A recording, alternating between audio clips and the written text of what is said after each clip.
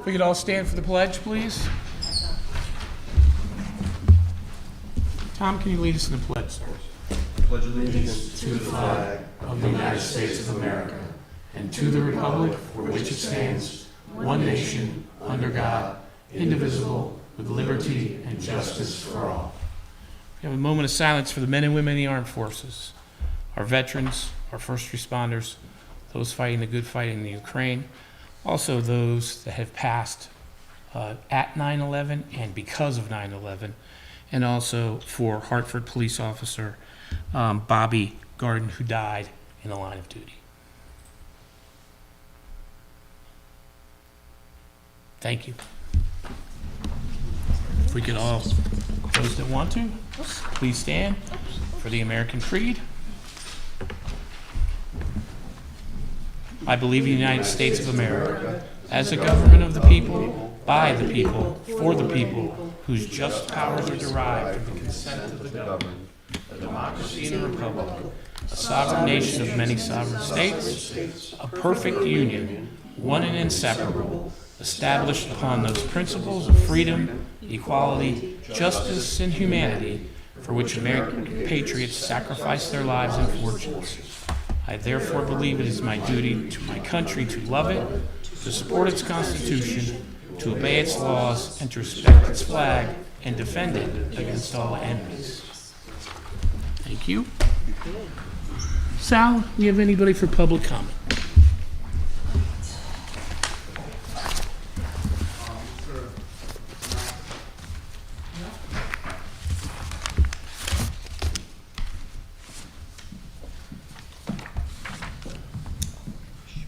Hello, I'm Mike Anastas. I live at 21 Lake Point Drive. And before I get started, I want to thank the mayor and the council for inviting public to speak. It's a privilege, and we wish to honor it. New Milford voters should ask Mayor Pete Bass what his plans are for future development of town properties, especially East Street School and John Pettibone School. These precious properties are being allowed to deteriorate until the only solution is demolition. We ask, what is the secret plan? East Street School had to be closed because the infrastructure failed and it became unfit to occupy. It would cost untold millions to make it useful. A few years ago, Dakota Partners, developers of the successful Barlow Commons next to CVS, offered to buy East Street School, take it off our hands, modernize it into apartments, and that would add to the property tax base. Why was the offer rebuffed? And why the concept of selling town property was never brought to the public for a vote? Why is John Pettibone School being allowed to deteriorate, even though the space is badly needed for offices and a community center? Why is the town not repairing Pettibone School and moving the Board of Education there from East Street School? Why is the town spending nearly $1 million to move the Board of Education into Sarah Noble Intermediate School? What sense does that make unless it's part of a secret master plan about which we are not told? Thank you. Thank you, Mike. No more public participation, Mr. Mayor. Thank you. Next, Katie.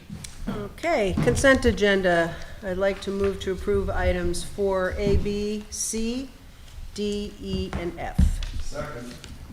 Any discussion on the consent agenda? I would just like to, on behalf of Parks and Rec, make public that they are received a donation of $1,450 from William and Mary Devlin of 3 Warmog Lane in New Milford. It's to be used to purchase a tree and a plaque for the town green in memory of Shauna Devlin. This donation will be placed in an account approved by the Director of Finance, and New Milford Park and Rec Commission would like to thank the Devlins for their generosity.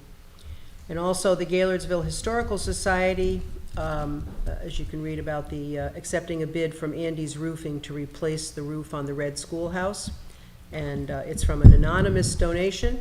The work will be done between September 23rd, 2023 and October 23rd, 2023. And the mayor's office would like to thank Pat and Michael Erickson for their donation of an evergreen tree to be installed at the New Milford Police Station. The value of this donation is $450. And the mayor's office would also like to thank the Litchfield County Irish American Club for their donation of an evergreen tree to be installed by Veterans Bridge. The value of this donation is $755. Any further discussion on the motion? All those in favor? Aye. Opposed? Any abstentions? Thank you, Katie. Mayor's comments. Thank you, Katie. First, I'd like to thank everyone who participated and also was at our 9/11 ceremony today. It was great to see, as we do each and every year, those that turn out and pay their respects to those that have fallen, not only during 9/11, but after. Those that went down and volunteered medical effects due to all the hazardous materials that came out of those buildings. So thank you to everyone that came today, whether it be our first responders, our councilmen, thank you for being there. Chief, I know you were there as well. And it was just great to see everybody. I want to give a big thank you to Dan Sullivan, who's the 9/11 committee chair, and the whole 9/11 committee. We had our state delegation there, which was Senator Harding, and we had Billy Buckby was there. We also had Ms. Harrison, and we also had Pat was there as well. And then we had Johanna Hayes, too, from the U.S. Congress.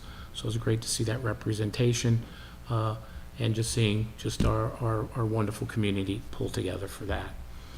For those that may or may not know, that the flags are at half-staff, and they're at half-staff for actually two reasons.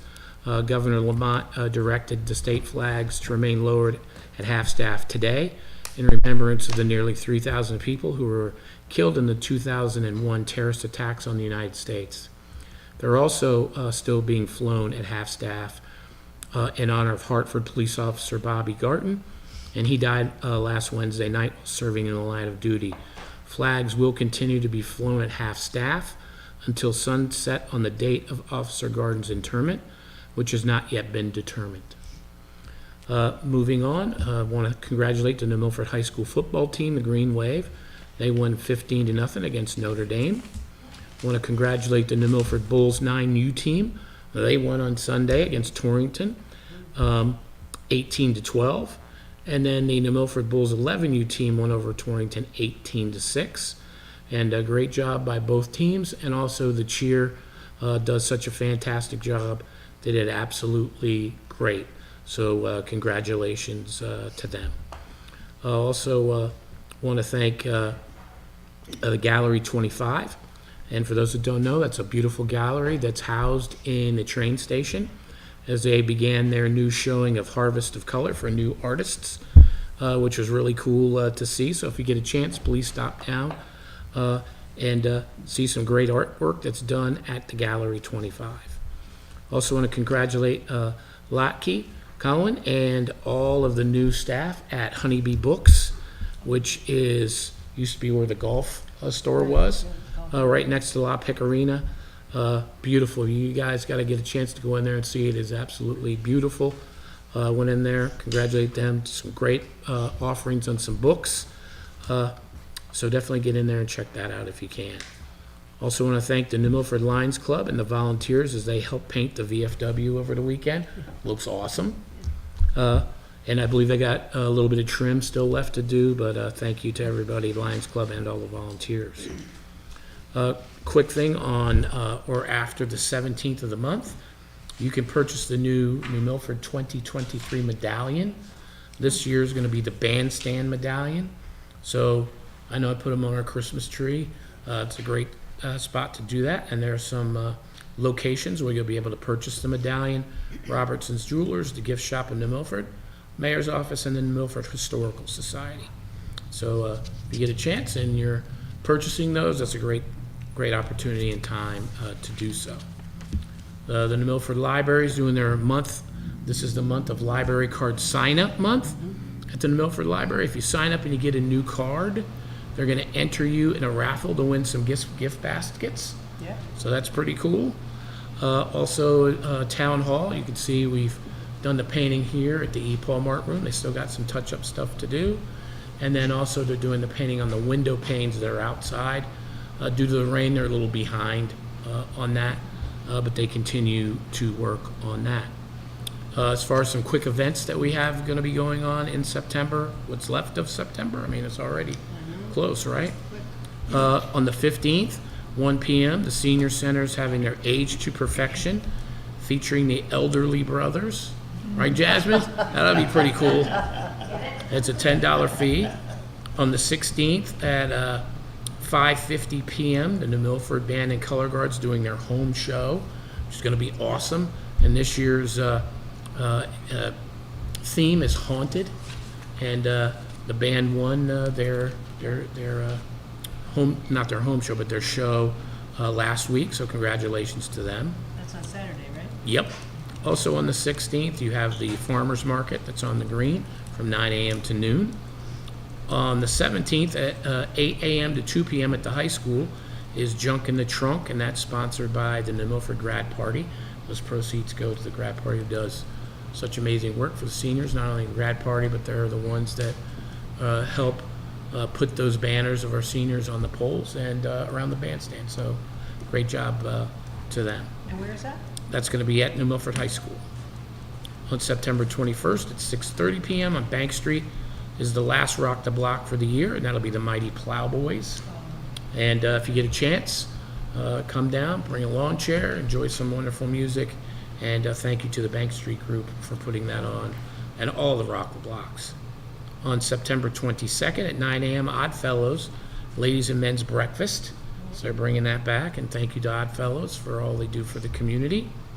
On September 22nd, and this is at 6 to 7:30 p.m., kindergarten through fourth grade boys and girls can go and shoot basketballs with WestCon boys and girls teams and learn more about basketball. And that's thank you to the New Milford Youth Basketball group. And then also from 7:30 to 8:30, same thing with the 5th and 8th grade boys and girls, and that's going to be at Sarah Noble School. So that'd be pretty cool. On the 23rd, we're having from 10 a.m. to 5 p.m. is the 3rd annual New Milford Apple Festival. That'll be awesome. All sorts of good, I heard there's going to be some new desserts that are going to be there. Also at 6:30 p.m., there's going to be a concert featuring Billy and the Showmen. Also on the 23rd, at 9 a.m. to noon, will be the farmers market. On the 23rd, lots of busy stuff going on. 23rd and 24th at Candlelight Farm, starting at 10 a.m., is the Colonial Contour d'Elegance, which is going to be a great car show, music, events, and those have got the real rare cars that will be up there. And then you have on the September 24th at 1 p.m., starts at the Big Y, is the Walk a Mile for New Milford Food Bank. And I do that pretty much each and every year. And that's a great event that can get additional foods, non-perishables, please, to the food bank. On the 27th at 2:15 to 5 p.m., Youth Agency's Let's Go Hiking. That's for kids grades 6th through 8th grade. Then on the 30th, you have the farmers market. Also at 9 a.m. on the 30th is the Walk to End Alzheimer's. And Ivan Schiffman, who chairs that, does such a great job, and those funds go to help end Alzheimer's disease. On September 30th and October 1st, on September 30th from 11 a.m. to 8 p.m., on the 1st from 11 a.m. to 6 p.m. is Riverfest. And during Riverfest, you're going to have the Wreaths Across America presentation, which is the mobile exhibit, which is going to be truly amazing. And as you can see, in September, we got a ton of stuff, events going on in September. And at the next meeting, we'll talk more about what's going to be going on in October. There'll be some pretty cool stuff. Real quick, We've got the New Milford Pizza Palooza that's going on. We had our ice cream crawl that was very successful. Now we have the Pizza Palooza. You go to 6 different pizzerias, buy a slice or a pie, take a selfie. That'll be put on the milfordnow.org. And then you get an opportunity to win, get a ticket for a gift basket. So that's going to be pretty cool. Kind of moving over real quick to the Milford Police Department. I know Therese Fruto's here. We talked a little bit today on a couple things. First, statistics, as we continue to really focus on motor vehicle and traffic enforcement. So motor vehicle stops, and this will be comparative year over year. So in the year 2022, from this time year to date, was 953 stops. As of this year, year to date, is 1,280. That's up 327, which is a 34% increase. Motor vehicle accidents, and as we've talked about this before, one is too many. We all know that. In this environment, you have a lot of people that choose not to obey stoplights, run through stop signs. I mean, it's everywhere. It's prevalent. In New Milford, in the year 2022, was 624. 100 of those were in parking lots. When I was talking to the chief, he goes, a lot of these accidents are in parking lots. I'm like, I really didn't know that. Oh, stay at Big Y parking lot for Yeah. 5 minutes. Then in the year 2023, it's 611. Oh. So comparatively, that's 13 less than the year before, and that's a 2% decrease. We're going to try and continue to tamp down that with different methods. Obviously, additional traffic enforcement, which we'll be talking about more as we go through the process. Signage, education, putting out Notify New Milford, and just the public itself becoming aware as we continue to try and drive down accidents. And speaking of that, I'd like to talk to the council. I know it was brought up on social media, was this Friday, Saturday, and Sunday's issues with the flashing lights on Route 7. So first, I'd like to premise that by, this is a state road, not a town road. Okay, and with the state road comes certain protocols. And now the protocols, and I learned all this, by the way, as this was happening, right? So the protocols are that when you get the flashing lights, you are to, the New Milford Police Department contacts the DOT. There's some conjecture in the social media that, boy, that Connecticut DOT office is right here in Brookfield. No, that's just the maintenance. The Connecticut DOT that you're talking about is all the way up in Thomaston. Now, when the police department, who did it Friday, Saturday, and Sunday, were getting no responses. So we continued to make calls. I actually ended up finding out who the actual person was that we needed to reach. That was on Sunday. That particular person gave us some great information.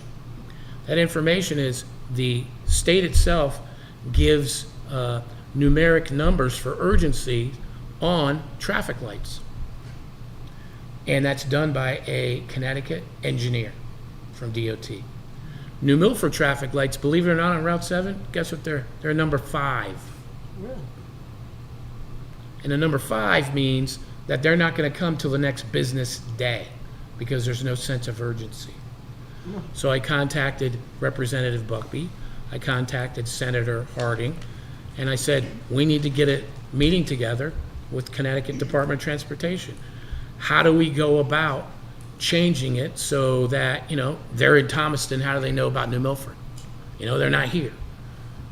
The process, how it is the chief, which we spoke about today, he talks to our Connecticut Department of Transportation liaison and lets them know, as he is the chief, that we want to do that. On top of that, Senator Harding and Representative Buckby are working on the legislative side to provide additional push, let's say, to get this changed to where New Milford is at a 1 or 2.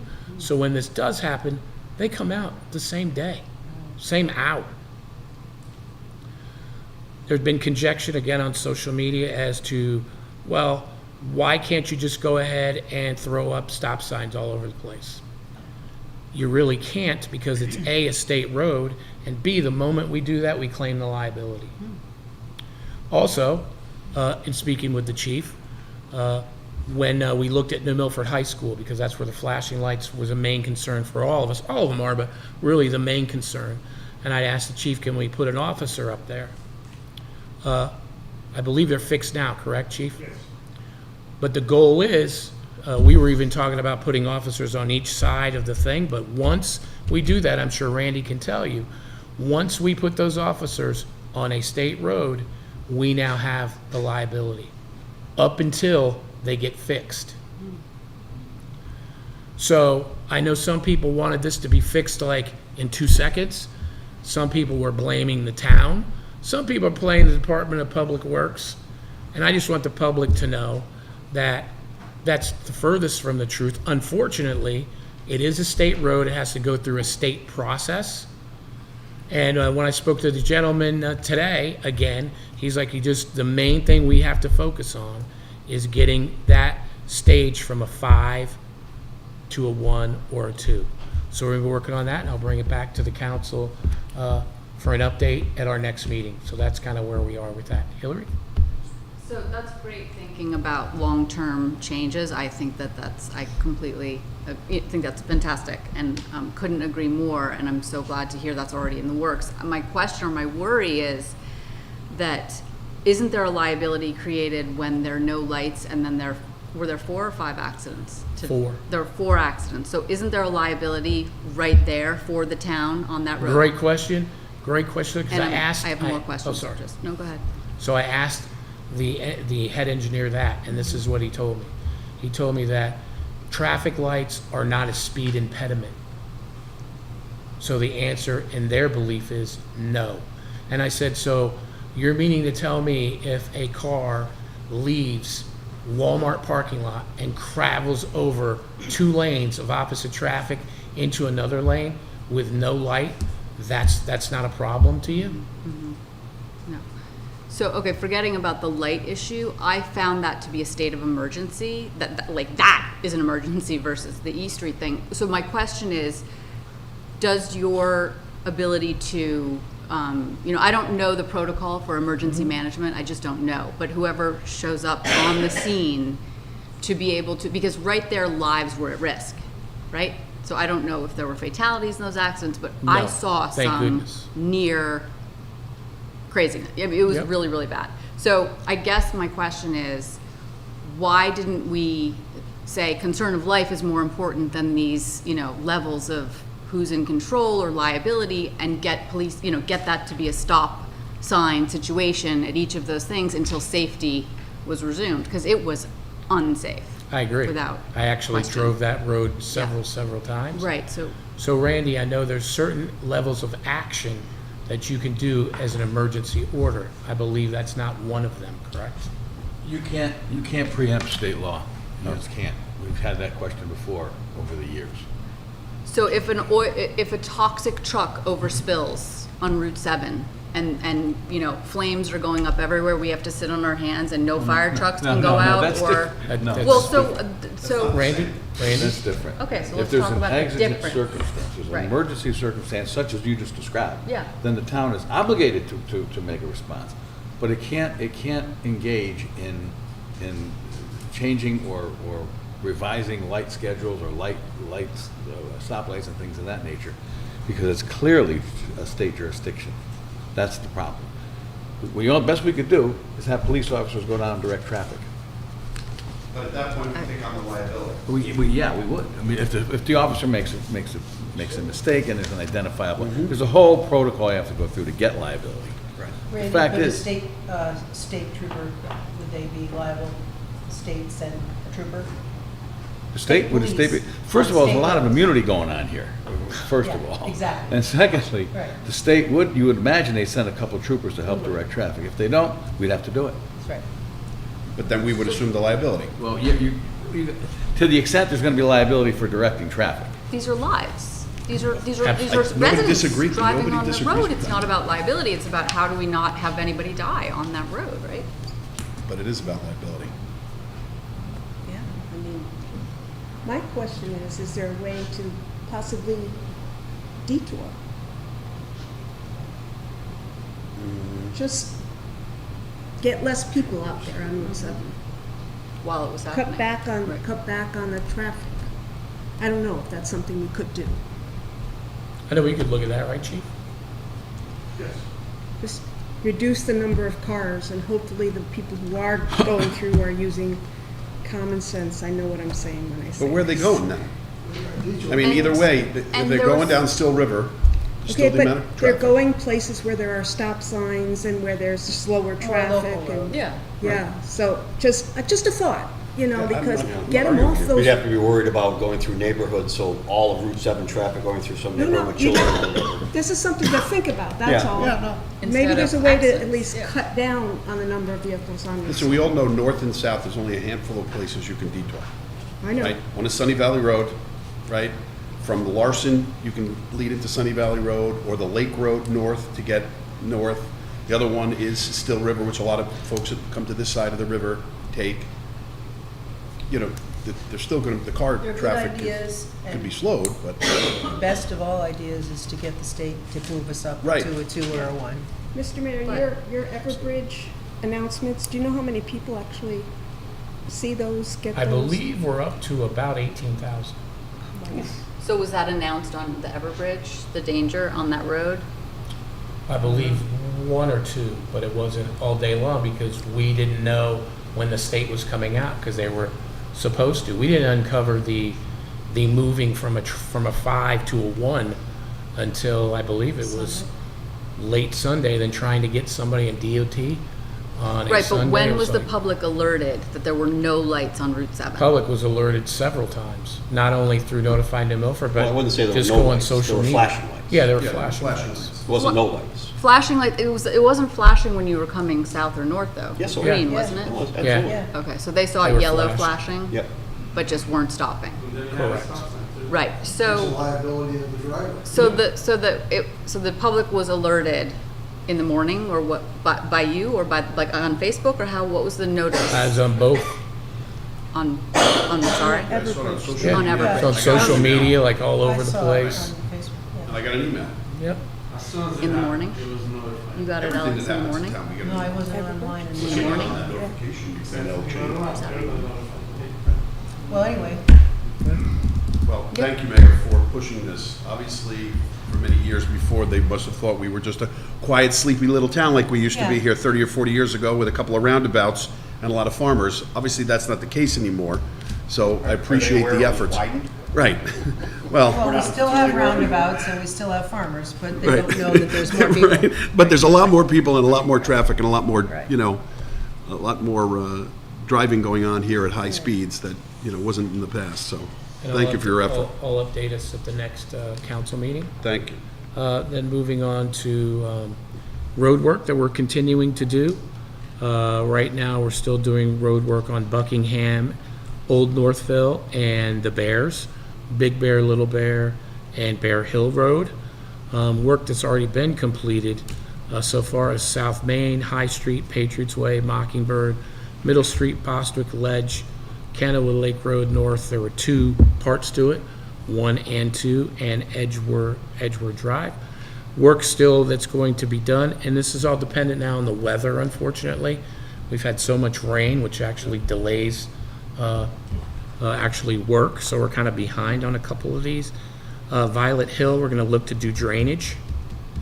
Candlewood Shores, additional drainage, and Wellsville Avenue, we're going to be working on some drainage there as well. And for the work for this coming week on Buckingham Road, they're going to do some backfill on some curbing on Buckingham Road, the middle section. They're going to continue to replace some catch basin tops, finish grading, and due to the rain, they're going to have to regrade some more. They're continuing drainage on Little Bear as well. And Tom? I just want to make a comment on how impressive the paving program is. They have done Big Bear. I've seen them on Geiger and McNulty from the last couple of years. The work that's happening now on Little Bear. These roads are beautiful. They're perfectly done. I've been a critic of these roads since the day I got involved here 17 years ago. I have never been more impressed with the way our DPW as well as our contractors are performing this work. Absolutely fantastic. These storms last weekend normally would have devastated the gullies on Big Bear with the steepness. It is amazing how the water is being funneled into those catch basins now. There's no runoff. It has been done perfectly. I would congratulate the contractor and DPW and everybody involved. Everybody in our roads up in that area are very, very happy and very impressed. So I just want to say thank you. You're right, Tom, because on the Friday storm, I think there were some cars in neighboring towns that were washed off the roads. Totally. Yeah. So, yeah. Amazing. Good point. The roads are in perfect condition after all that massive Yeah, deluge several that we people had. commented that the drains on their road, there were rivers and the lawns, but Right. the drains were taking the water. Took it all up. The curbing, just That's the good. planning, it very, very, very well done. And I know bridge-wise, we're continuing to work on Upland Road, and obviously that's been a little delayed due to the weather that we've been having, but they're still out there working. Also, we continue with KSE Engineering, and they're the ones that we hired to look at solutions for the intersections at Mine Hill and Grove. And they're continuing to work on those for recommendations. Also Fordyce Road and Grove, as we know, there's been some issues with traffic and some accidents in that area as well. And as soon as we get the engineering studied and recommendations, Jack will come up and bring those to the town council. The Mariel Bridge is scheduled to be bid out this fall. And right now, Jack and the engineering firm is working with inland wetlands and working with that whole process. They just had a public meeting, I believe it was last week, for that. And we're also, the engineers are continuing design work on the Brookside Road Bridge. Also, they're continuing working with Connecticut DOT and the Army Corps of Engineers on design work for the Wheaton Road Bridge, Sand Road Bridge, and Van Car Road Bridges. So they're going to be busy over the over the spring or fall through spring on those particular projects. Also concerning the high school roof itself, they're pretty much completed with the work that's on there. They finished the flat roofs, which is great. They've taken off everything but the back panels. There have been left over. Those are still on site. Everything else has been taken off site. I did speak with Superintendent Parlato, the board chair, Wendy Fallenbach, also Jack Healy, Matt Cunningham, who is the facilities director, also town attorney Randy DeBella, also the attorney Zach for the Board of Ed, as there was, as we all know, about 40% of that roof that was done by the previous contractor that we believe only has one screw rather than two screws. The bonding company and Garland were meeting last week to talk about that.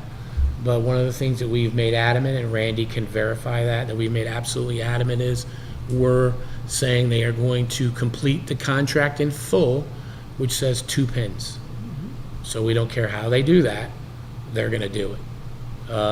I know they're gonna try and say maybe it's okay to have 1 pin in there and it will hold up, but contractually, they're obligated for 2 pins. Correct, Randy? Yes, breach contract. So I'll update the council, and I know Chairman Fallenbach and Dr. Parlato will be updating the Board of Ed as we move forward with what they're going to come back and say concerning that. Does anybody have any questions on that so far? Okay. Next is talking about the, let's see what else I got here real quick. East Street, well, I got East Street School here, so Mike, you'll be able to hear about that. That's actually an agenda item. Lastly, for mayor's comments, there was a lot of interest. I had a lot of parents contact me concerning the lunch program at the schools. a lot of parents were concerned that there were students that weren't getting a meal. I spoke with Dr. Parlato.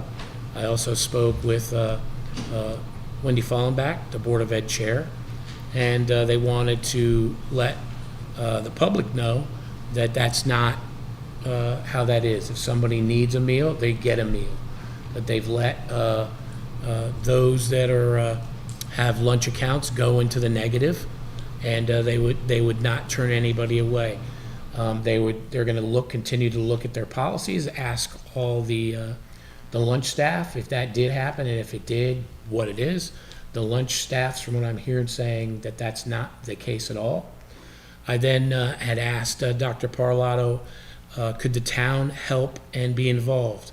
Would, this is when it first came to the town's knowledge. I said, I spoke to Ivana Butera, who is our social services director. Could we run a funding program through, through one of the 501(c) lines that we have? One of them is, could be the Good Samaritan Fund. So we were working on that a little bit.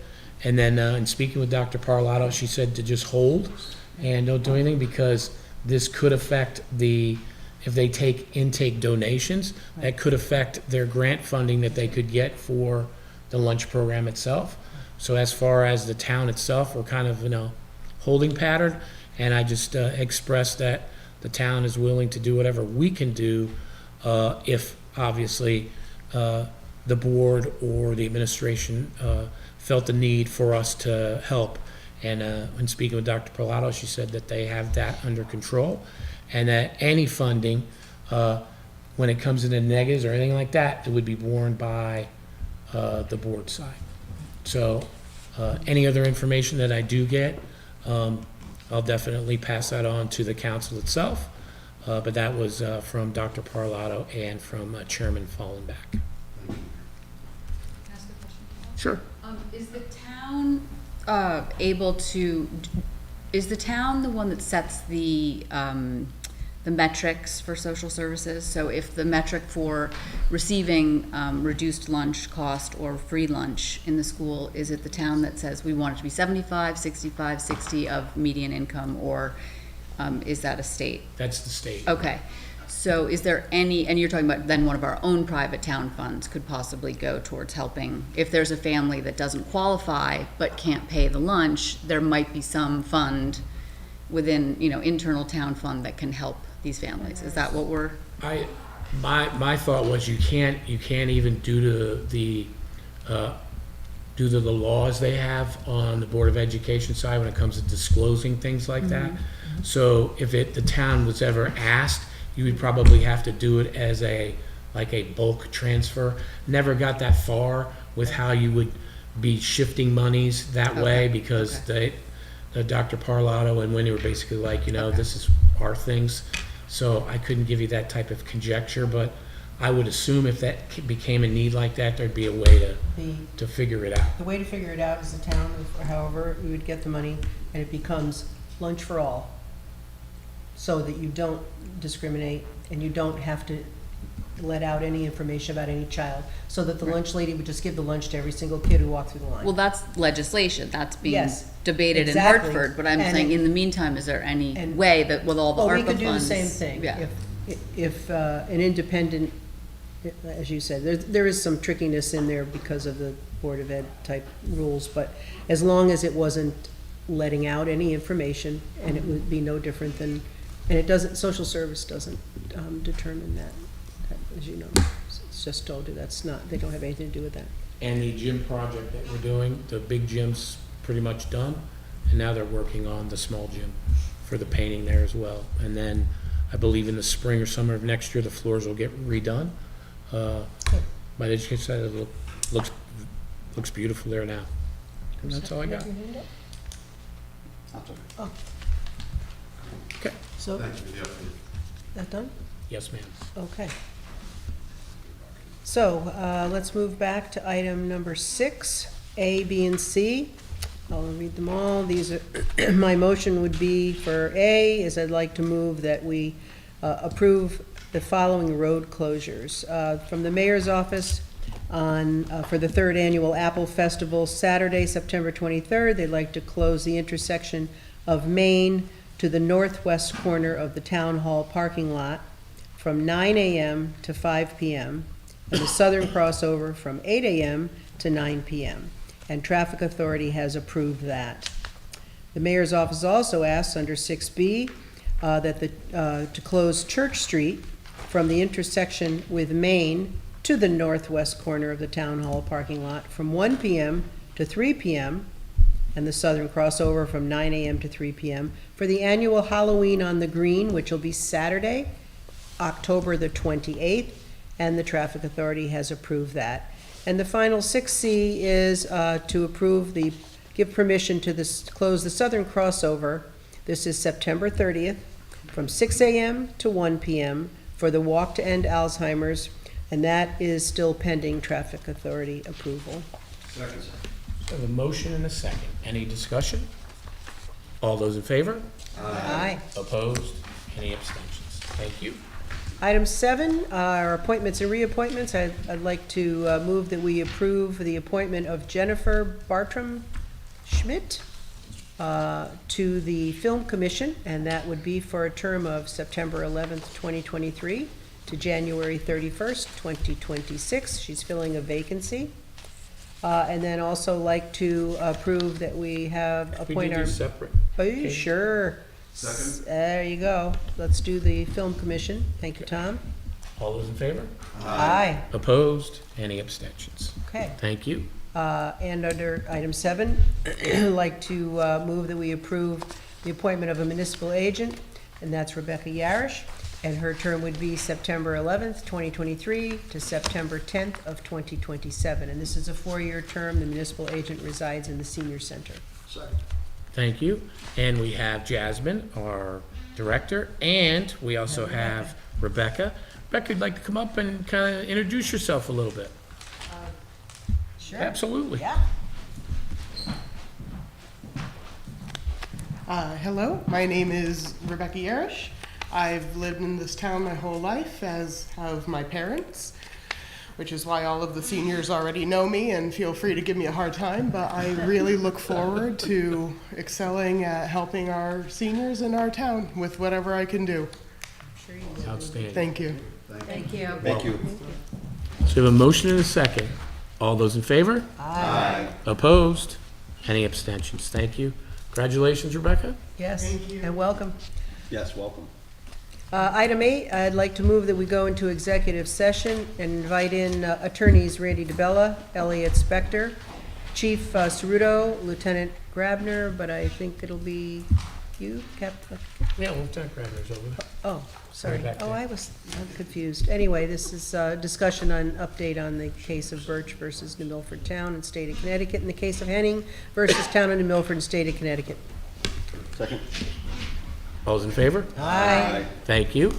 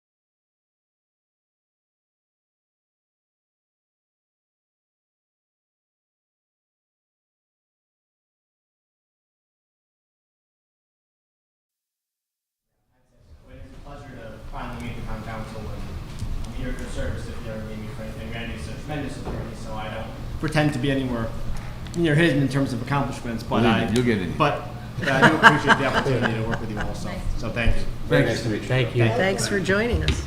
Okay, we're back. Okay, No right. votes or Move- motions were taken. Right. Next is, what do we have, Katie? Number 9? Oh, we're gonna vote on coming back? No? Okay, sometimes we do, sometimes we don't. Item number 9. Let's vote. So- We're back in session. All's in favor? Aye. Opposed? Thank you. We take a vote to go out, that's the only reason. Item number 9, Sullivan Farm, I'd like to move that we appropriate $15,000 for an architectural services for developing plans and specs for request for proposal to be issued to build an agro-education facility at Sullivan Farm. We have a second. Paul? We have Mark. Mr. Macon, come on up. See, I thought you wouldn't get the dog and pony show. I don't see any dogs, I don't see any ponies. Who's over there? Julie. We've got there's Keller. visual Let's see for you this evening What's up? also. He's right there. Hey, how are you? Good. Last January, when we were here, we talked about the basic fact that the focus of the farm was changing slowly towards more educational programming. During this spring, we ran a 6-week group of sessions that had 600 students that showed up. Sarah Noble sent their entire 3rd grade. We had students from Chippewa High School, from Sacred Heart University, from Bethel. It worked out very, very well. We were very pleased with it. At the same time, the Maple Fest that we run ended up with 385 people showing up. 65% were from out of town. And of those, 50%, it was the first time they'd ever been to New Milford. We made an effort, figuring on the fact that just about everybody in New Milford has been to that sugar house at one time or another, to put all our effort into going outside the community. And it paid off very, very well for us. We're also right in the process now of starting to put together everything for the fall. Do you want to come up and click for me? I have no idea how to use these things. Some things never change, huh, Kellen? We're still using, goose quills and ink up there, so. I think that we have established a reputation in the community and in the general area for providing quality educational programming. Right now, we're handling a great deal of local students. We have a great relationship now with the ag program up in Chippewa. I act as a mentor and an advisor to the program up there. The student out of 100+ students that won the supervised agricultural experience prize last year came from Sullivan Farm. Farm community, basically, we've been doing videos. We have a lot of people stopping by, taking a look at what we're doing. We have people from the town using the property constantly up until Friday night. Local businesses, we're providing produce to restaurants, maple syrup to various markets. And then we have individuals that are coming through, stop by, they go into the farm stand and then start touring the farm itself. We're looking to get into the educational programming business in a major way. There are 2 reasons for that. A, as you can see up there, there's a definite advantage in economics to the town of New Milford. I was reading the other day that the Weir Farm in Richfield, they basically feel that $2.4 million is gained by the community in Richfield and the towns around it, just from the visitors from their farm. We're looking to try to do the same thing. Click. Oh, thank you. There are a number of things that we do very, very well. We're maintaining trails, we maintain graveyards. We've got a great beekeeping program, blacksmithing, all types of programs for kids, whether it's soil conservation, whether it's harvesting, culinary. We'd like, again, to make that the focus of the farm. And there are a couple of additional reasons for that. This past Friday, we got 3 inches of water in 45 minutes. There was a foot of water in the bottom of that valley. Our pumpkins are now in Long Island Sound. It's the 3rd time it's happened this year. When you combine that with the heat that they're experiencing out in the Southwest, in the middle of this country, which is going to basically head here eventually, farming is becoming incredibly difficult. And to put all your eggs in that one basket is disastrous. The other consideration is the state and the federal government are beginning to look at agriculture in a whole different way. Perfect example, years ago you could fill a jug of maple syrup in the sugar house. Not anymore. It's got to be done in a licensed kitchen. If you don't, you have to put a label on the jug that basically tells people that it's been filled in an uncertified facility, which, as you can expect, is not a really good way to sell your syrup. Click. Thank you. We're proposing this evening to have you consider starting the process for a new building up there. The building would consist of 3 areas. First of all, a classroom, which would have a lab in it.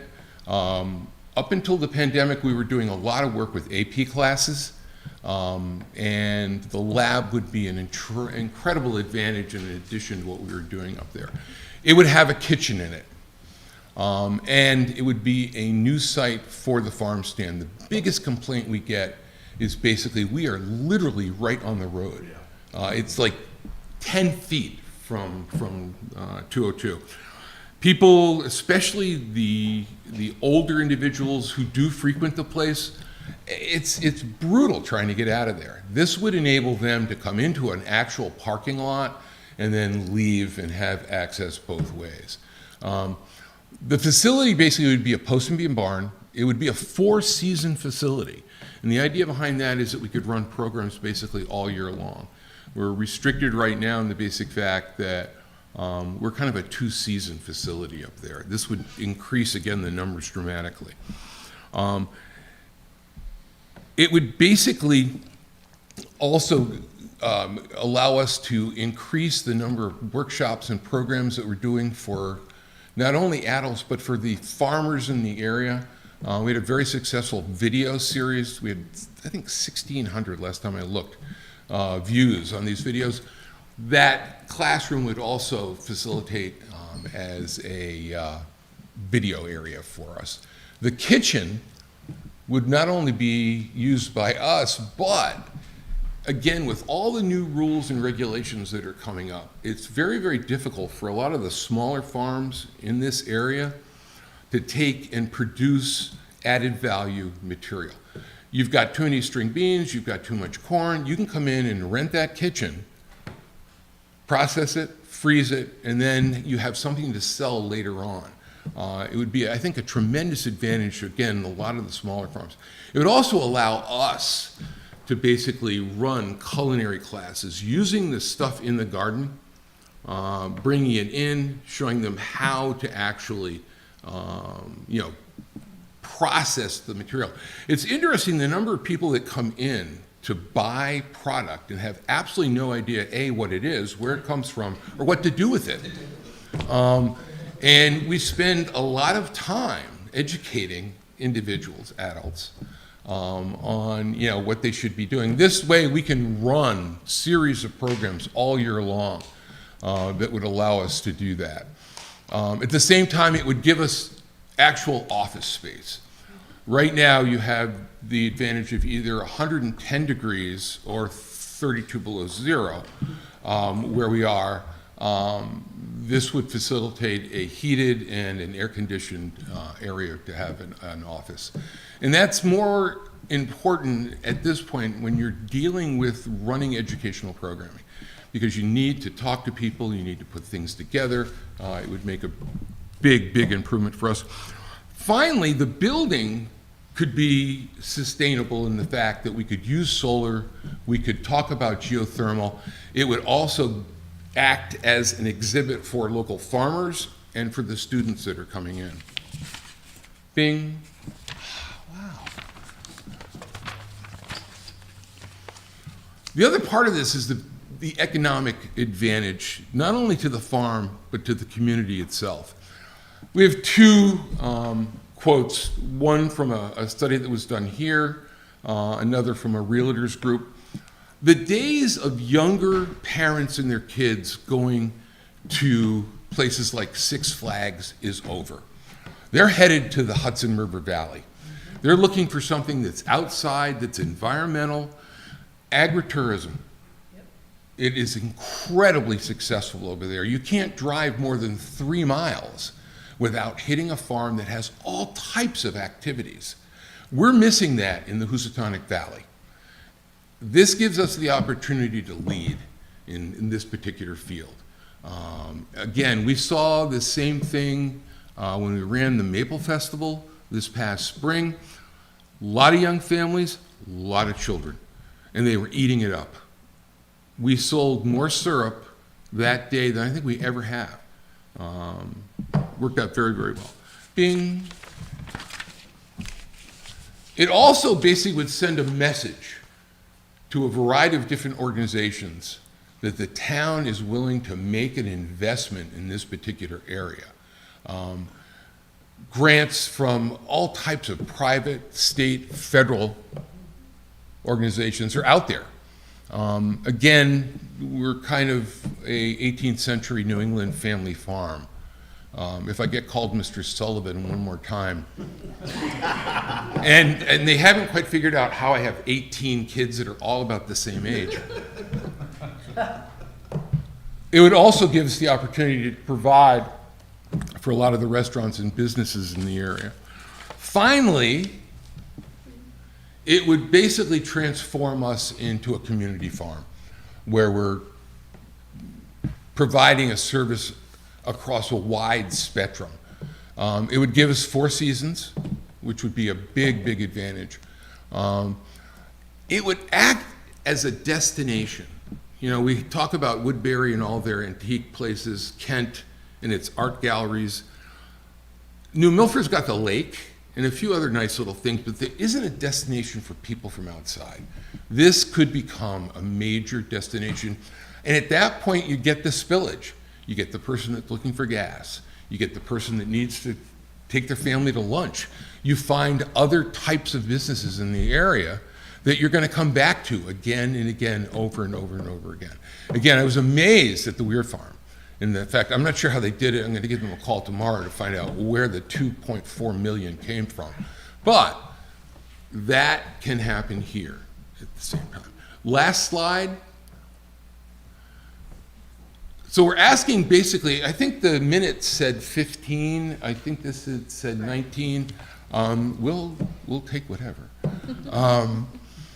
We put together, based on conversations with contractors, kind of an estimated investment in this building. We're looking at about $473,000. The 19 basically would allow us to go out and hire an architect who can tell us how feasible this concept is and give us the plans that'll allow us to get some concrete numbers so we get a handle on what this thing's going to cost.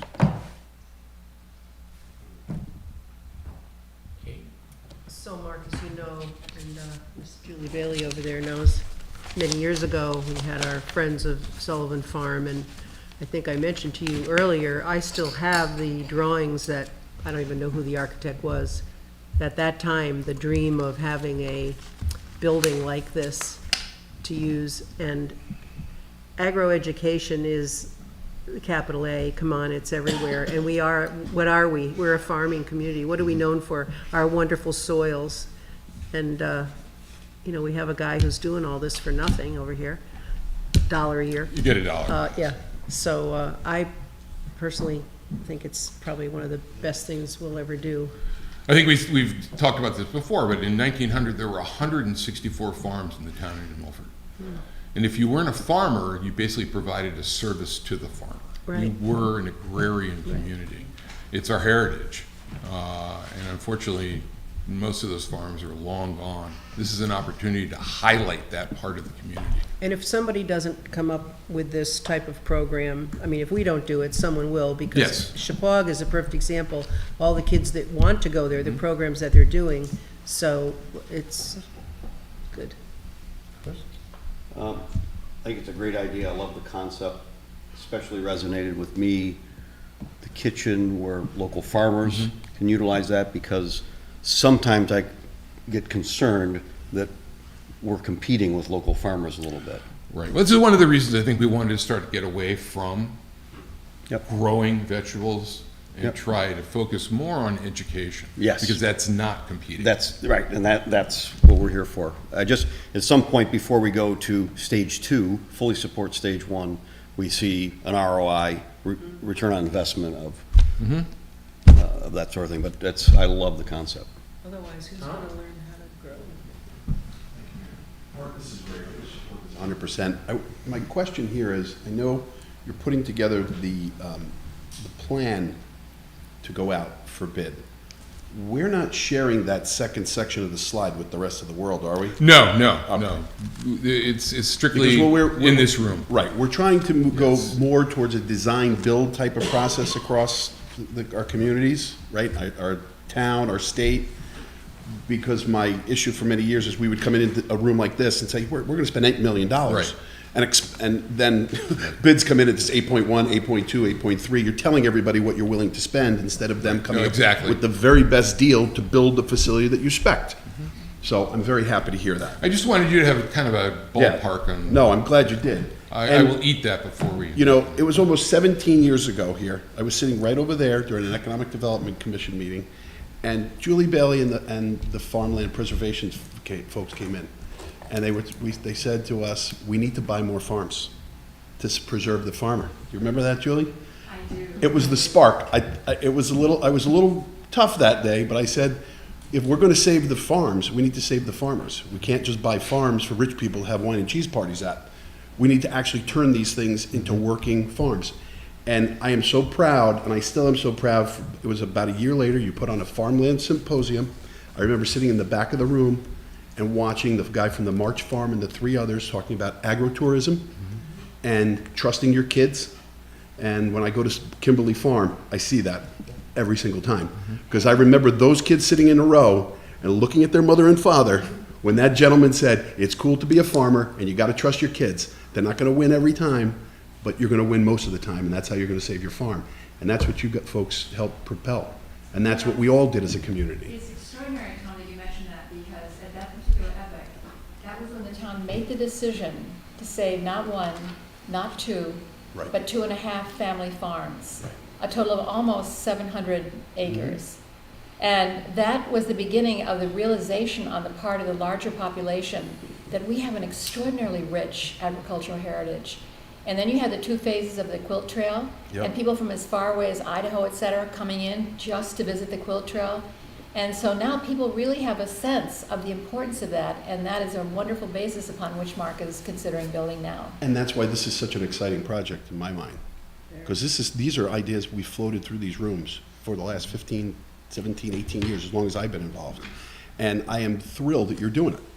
I really am. And I think you'll get a tremendous amount of support from the community, and I know myself, and I would imagine most of my colleagues are going to support this as well. And I will, let's bring that number to $19,000.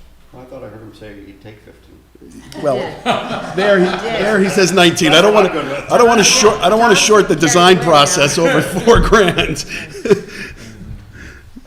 But I'm supporting this 100% and enthusiastically. Any other comments? I just was wondering, when you said you're phasing away from actual farming, does that mean totally, or it's just going to be so that you can teach in the soils? The gardens are a key part Yeah. of all of the programs that we do with students. We have 5 gardens right now. 2 of them are underwater. We probably will get back to the point where we have 2 large vegetable gardens. and get away from, we have 1.25 miles of potatoes this year. We're going to get away from that kind of thing Right. because we're going to need the time to put into the educational program. And the footprint of it is, roughly near where the building is now, or is that, is there any kind of concept It would of? be, as you drive by the farm, you have the large red barn, and then there's a brown barn. It would go right in that area. Right there. So kind of on the flat section of the field there? Yes, yeah, we're limited a little bit because the power company has a 300-foot right-of-way, so we're going to squinch towards that red barn quite a bit. But your need for parking and getting in and out there safely. You is can park enormous. under those lines. It's the one Yeah. thing they'll allow. Right, So right. yeah, you can put 50 cars. But in existing there. now, I see 3 or 4 cars there, and it looks Oh like it's yeah, about no, to be a traffic jam. there've been some close calls. Yeah, good stuff. And I just want to understand fully the relationship between Sullivan Farm and the town. Town owns Sullivan Farm, any profits that come, what is that? So the Relationship. town does own Sullivan Farms. Friends of Sullivan Farm is a 501c3 that helps with fundraising, because there is a cost to run a farm. And also the produce and stuff helps subsidize some of the costs that are associated with the farm. But as with a lot of our agencies, there is a cost that the town does help subsidize. And one of the things I think Mark can touch upon as well is the farm is also a great place for some of our young kids to work there in the summertime and in the fall. And Mark, how many kids you think have gone through there? Hundreds and hundreds and hundreds of injuries. Fathers, grandfathers, their We have actually, I children, have. and their children. This is really disturbing, but I have kids whose fathers work there. Yeah. And while, most of them don't become farmers, there's a lot of timber resource managers, soil conservationists, a lot of park rangers, environmental scientists. One of the young ladies that was the supervisor for the last several years just got her first job out in North Dakota with the Bureau of Land Management. She's an environmental scientist major from. And Mark, if you could kind of expand to you're speaking of examples of one person that worked for you ended up being a park ranger at one of our major parks. If you could kind of talk a little bit about that story. Yeah, I thought it was a great story. It is a great story. There was a young gentleman who was having some trying times in high school, and we arranged a schedule so that he'd go to school for an hour and then come to the farm. And he did that for 3 years. Went on to college, graduated from college, got a job with the National Park Service. And several years later, when President Obama took a hike in this particular park, this kid was the ranger that led the hike. So, yeah, kind of a success. And there are other success stories. Oh, yeah, there's Yeah, yeah. That one kind of sticks in. Right, Kellen? Does anybody have any other questions or comments? Okay. Thank We you have a very much. motion and a second. All those in favor? Aye. Is the Oh, motion? wait a minute, is a motion for 19 I was or? just gonna say. I read it as 15. I'd have to rescind my motion if we're going to do it. It's not up to me. Don't you just edit it? Make a motion Money's to gonna edit come from waste management. Okay, then I'd like to restate my motion that we appropriate $19,000 for the architectural services for developing the plans and specs for the RFP for an agro-education facility at Sullivan Farm. And Paul seconds it. We have a Okay. second, and Alex asked a great question, where does money coming from? It's coming from waste management. And here's the great news. Because we haven't used that fund in 3 years, we haven't even used it for operations. Last year, $1 million. Interest. Yeah, right, so, we So- shouldn't have said that in front of her, I'm just saying. So, amazing. or Julie. Okay, so we all want to vote again on that, or are we all Yep, good? we have a vote, right? All those in favor? Aye. Any opposed? Any abstentions? Thank you very much. Thank you, Mark. Thanks, guys. Appreciate it. Nicely done.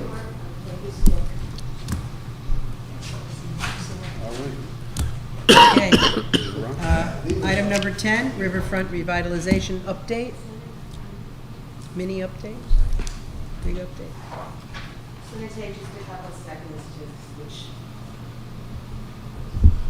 While we're doing that, I'm gonna go run and get the. I can't stand this system.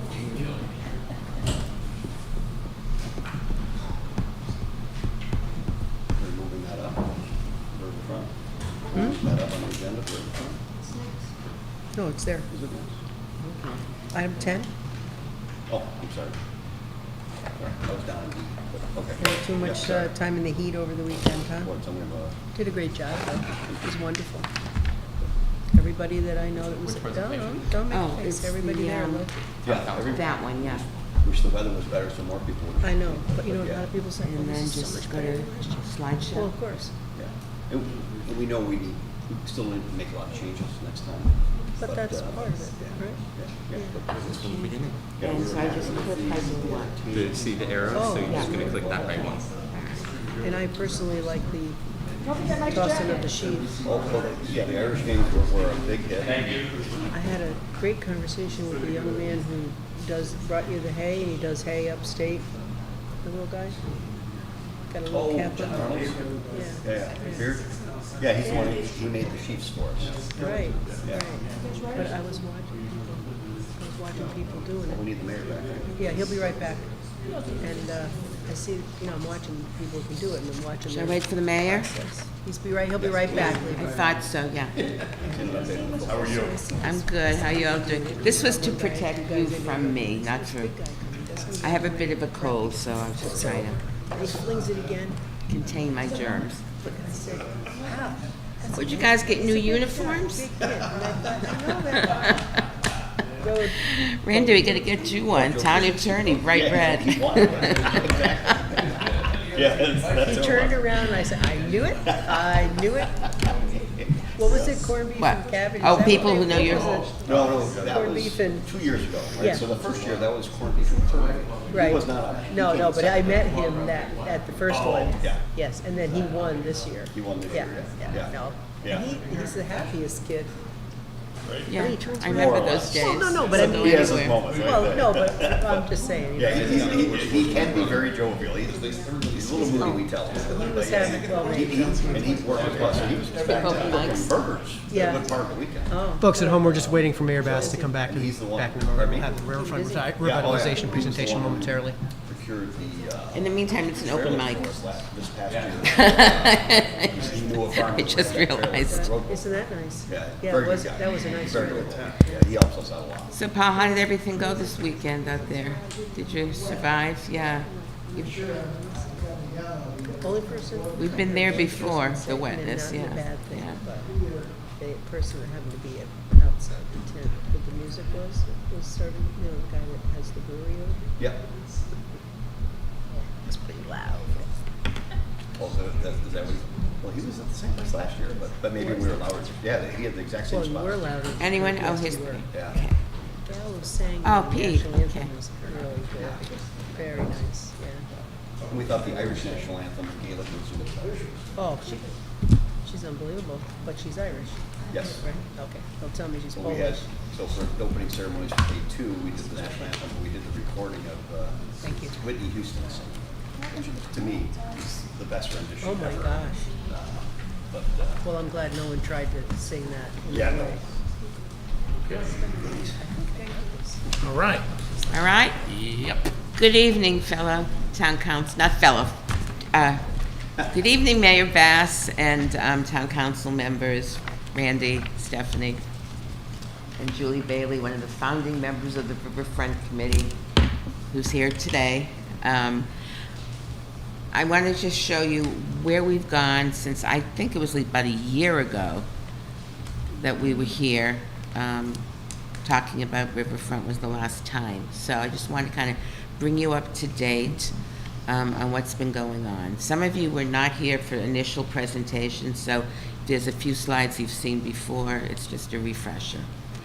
The Riverfront Committee was chartered, basically, to create a dynamic 21st century riverfront that is integrated with our town center to catalyze community development, economic resiliency, revenue generation, while protecting the Housatonic River and its ecosystem. It's a long-range plan for the future of the town. The committee has been meeting diligently since 2016, so we've all become kind of like family on this project. You may recall that we had hired a firm called WXY using funds from the Connecticut DECD Brownfield Area Planning Grant Fund. And we hired WXY, as I said, and they came up with a transformational plan, a concept plan. And the concept had the following goals: sustainability, recreation, walkability, arts and culture. Its purpose would be to leverage the riverfront brownfields, and this would help lead and spark a town-wide revitalization of the riverfront area, and it would reach into downtown New Milford as well. So this is the drawing, kind of a plan. Again, I say concept plan because it's not really based on topos or floodplains. It's just kind of idealistically what we'd like to see there. We had a number of public input sessions attended by so many members of the community. I think some of you were at some of the meetings as well. It stretched out over a year, the process and planning. And you can see that there's a whole number of different things that were proposed. One of the important things was to keep the family recreational feel of Young's Field. That's going to stay. The playground's going to stay. The skateboard park's going to stay. Other family recreation will stay. And also to have an area to continue festivals like Riverfest, September 30th, October 1st, and things like Goat Days, that has really become a town institution now, and others. So we kind of left half of it to kind of take on the festivals, and the other part to be the family recreational area. Across the river, on the bottom part of the picture where the type is, that's all Native Meadows Preserve, and that's to be a Native Meadows Preserve. It'll stay pretty much native. We hope to put some trails in there as well, and perhaps some educational exhibits. So as people walk through, they'll learn about the flora, the fauna. It's really a bird watching preserve also, and so that stays in the plan. We have made some improvements since 2016. We've made a number of improvements. They include the river walk, which is really at the top of the slope from, if you came down from Town Hall, down Bank Street, across the railroad parking lot, go into the Patriots Way, and you'll see there's that new sidewalk. Jack Healy and the Public Works Department are just the most incredible people I have ever met. And I have to commend Mayor Bass for hiring Jack Healy and supporting the Public Works Department. They just do beautiful things. So that the Riverwalk is now there, and it is utilized by so many. It connects into the River Trail, which was built along Young's Field, if you remember, probably back in 2014, 2015, I think. So this kind of extends it and makes the whole thing like over a mile if you do a round trip on it. Like I said, we have native meadows, and we've been making improvements. If you see, it's no longer, all the stuff just growing wild with lots of broken trees, and you can now go in there and walk safely. We've built a trail an entrance in from just south of the, or I guess it's just west now, of the bridge, Veterans Bridge, on the south side of Native Meadows, so you can now just go right in without having to drive up Route 7 to that parking lot. Patriots Way, again, I can't say enough about what's been done there, and it's been done over stages, so it kind of slowly all happened, and now it's just beautiful, including this incredible 911 memorial that the town was, fortunate enough to have their commemorative services there this morning.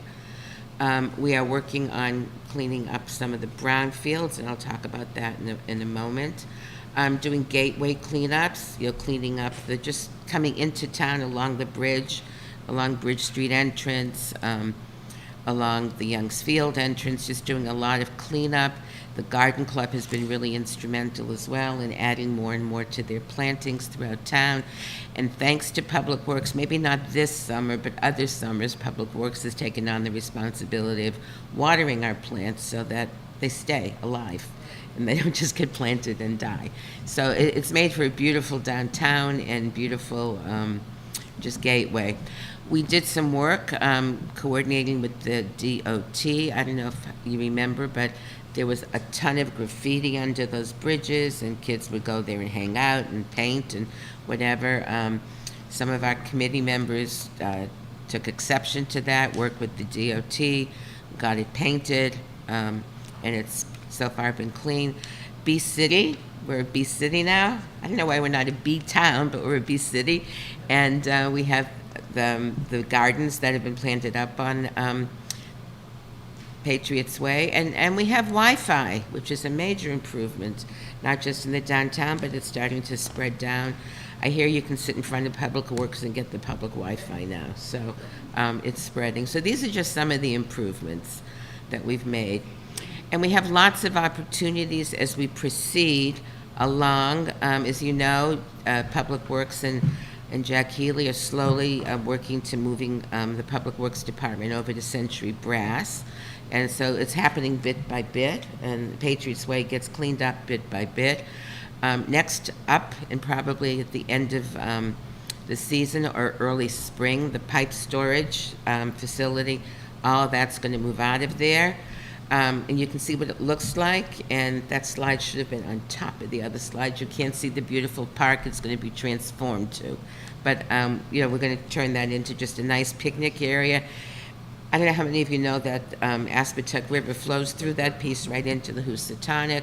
We'll check out the feasibility of a kayak launch from there, if you can do fishing from there. It'd be great. It's right across from the Helen Marks Park, so it just continues the greenway. And the salt sheds will be moving, as well as the gas pumps up on Patriots Way. So little by little, everything's getting cleaned up. That's getting moved away, and that's going to turn into a park. Right now. Move them, they just go out of business or something? It's going to Century so they're Brass. going down. That's all Okay. part of Public Works. Fair enough. Yeah. It's so they're taking everything to one location. Okay. Because it's not the most attractive thing to have sitting there on the riverfront. I kind of agree with you. Yeah. I've been in contact with the chairman of the Municipal Sports Committee and obviously with Mayor Bass. We're going to coordinate with the committee, the mayor's office, and Park and Rec as to the needs and timing of the recreational facilities. And, one of the issues is that there are ball fields there. There are 2 softball fields that are used. I was with some softball players the other night, and I guess we have about 24 teams that play. So there's about 400 or so people that are playing. It is down from years ago, but you never know. Things come and go. So we want to make sure that we will have fields for them. So that's so the couple of things that have kept us from moving is just the coordination of all these many pieces, and so I think we're finally coming to where they all kind of connect. And so we hope to move on. We did hire a consultant to help us take the conceptual plan and make it a little more not so conceptual. They took into account property boundaries, they took into account the grade of the property, and it's been broken out into these various sections, which obviously Youngs Field and the Public Works main building, and where the trucks are stored in the garages, that's all one parcel of property. It was purchased as one parcel, even though it's got 2 almost incongruous uses. So that's we have 1A, and then there's 4A, just because we kind of made all the Public Works stuff 4s or whatever. And so you can see number 2 is Patriots Way. At one point, there was discussion about putting some multi-use or commercial buildings up on Patriots Way, but the way it's been evolving and the way the community's using it, it would be a shame to do that at this point in time. So our committee has kind of done away with that. for now, probably forever. And the pipe yard is the last piece of property on the end, and then Lutinsky or Helen Marks Park is 1C.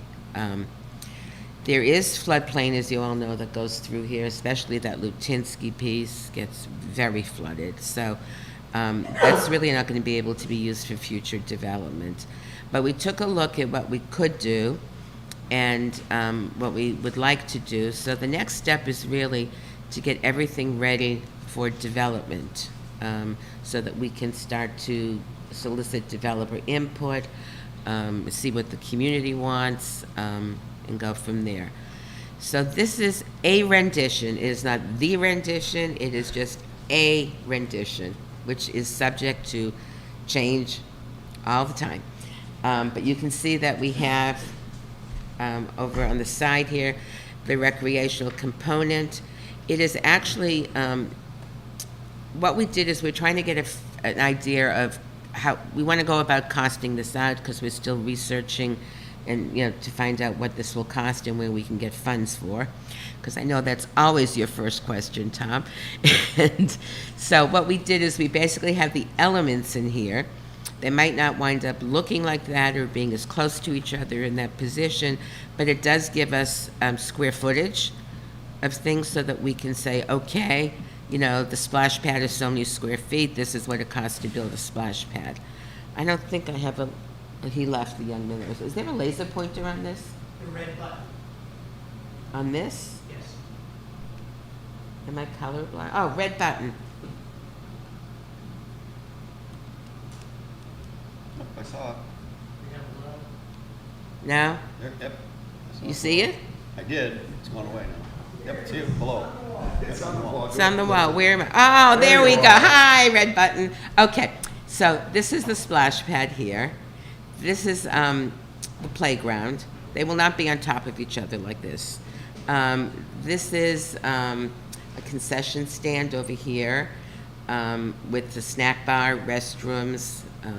This would be an ice skating rink, and we're talking about using synthetic ice. So think how cool it will be to go out there and on July 4th and go ice skating to the fireworks, huh? Awesome. Where did my red button go? Okay, there it is. Okay. You can see here that the road is being realigned, and that's a big part of this project because of the traffic concerns that we have. This is Veterans Bridge, so we're picking up a section more of road from the existing Youngsfield so that we can build, a turning lane for Youngsfield and have a separate pass-through lane, which should help alleviate the traffic. Nothing will ever stop the traffic, but we can help move it faster if we can. And there will be turning lanes on the new Youngsfield, so you can go right and left. That, of course, will all have to be coordinated with the DOT. We've taken the parking off the street, and this is, again, it's just to give us an idea of how much parking and cost to figure out, how many square feet of asphalt or whatever we need. So these are, do you see my little red light? Here we go. These two things right here and right there are parking lots. They have about 50 cars. I don't know for sure that we're going to have to go parallel to the park because I think the purpose of having a park, if all you're looking at is parking, you don't see the park. So again, these things are going to be reconfigured in the final plan. The two big buildings could be a hotel, could be retail, could be mixed use, could be apartments. It's all what the market's going to determine because the market, as you know, just keeps changing and different types of projects come forward. Right now they're projecting some townhouse apartment living up on the top of the Public Works Bank there. It's about 34,000 square feet of housing there. And then if you go down to where the pipe yard is, you'll see there's a small building, about 4,000 square feet of retail with its own little parking lot. That could be for example, a sports facility where you could go rent your kayaks, you could get bicycles, you could have a bicycle repair, maybe the bus stops there, and you can pick up a zip car, if you're coming from out of town. hopefully someday when the train comes back, you'll be able to go there as well and get, you have to schlep your kayak up from Manhattan or whatever. And like I said, Lutinsky will pretty much stay Lutinsky. And I've already talked about Native Meadows. We will be opening up the vista to the river, because right now you can't get to the river if you go into Native Meadows. It's totally blocked. And, if you plow through the trees, it's an incredible view. Chris? Leave it, just for the record, I think I'm interpreting correctly. Mm-hmm. The recreational area that you have here Yeah. is roughly almost exactly the same amount of acreage or square footage that we have today for recreation. Actually, it's at more. It Youngstown. is more being dedicated to it, I believe. Okay. I don't have the exact things. Okay.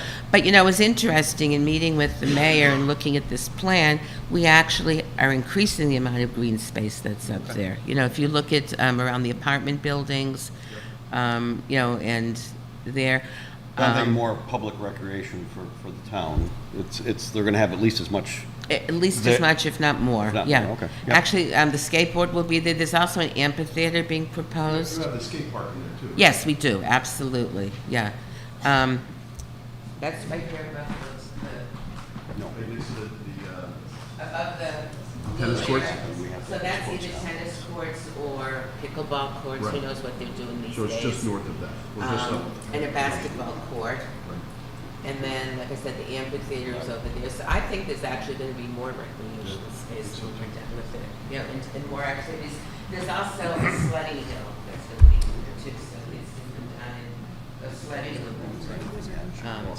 So, to make it a 7, not a 7. 12 months. Thank you. Yes, 12 months a year, usable. So that's kind of the plans that we have now. Everything's conceptual. So here comes the next steps. There's always next steps with this plan. We want to apply to the Connecticut DECD, Department of Economic Development, Brownfield Assessment Program. They have Round 18 coming up. They've been doing this for a number of years, but now we're in a position where I think we're ready. And so that's one of the next steps. And then to develop an RFP for a plan that would include extensive public input once again, because we want the public to understand this and not rely on Facebook and rumors as to what's going to be happening there. So there'll be extensive public input. We'll look for design and engineering. We'll be getting cost estimates. And we also need to develop some riverfront zoning regulations, because right now it's a hodgepodge of different types of building and different types of zoning. So we want some consistency there and some architectural standards, because it's our property. We should decide what goes there and how it looks, as opposed to always having to react to a developer's proposal. And then, speaking of developers, to initiate some developer outreach.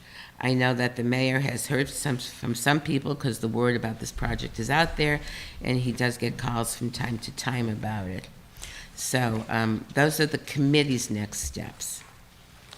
Yeah, I'm gonna, Question. yeah. The RFP for the plan, public input, design and engineering, we've gone through this already, haven't we? No. What was done 2 or 3 years ago? That was the concept plan.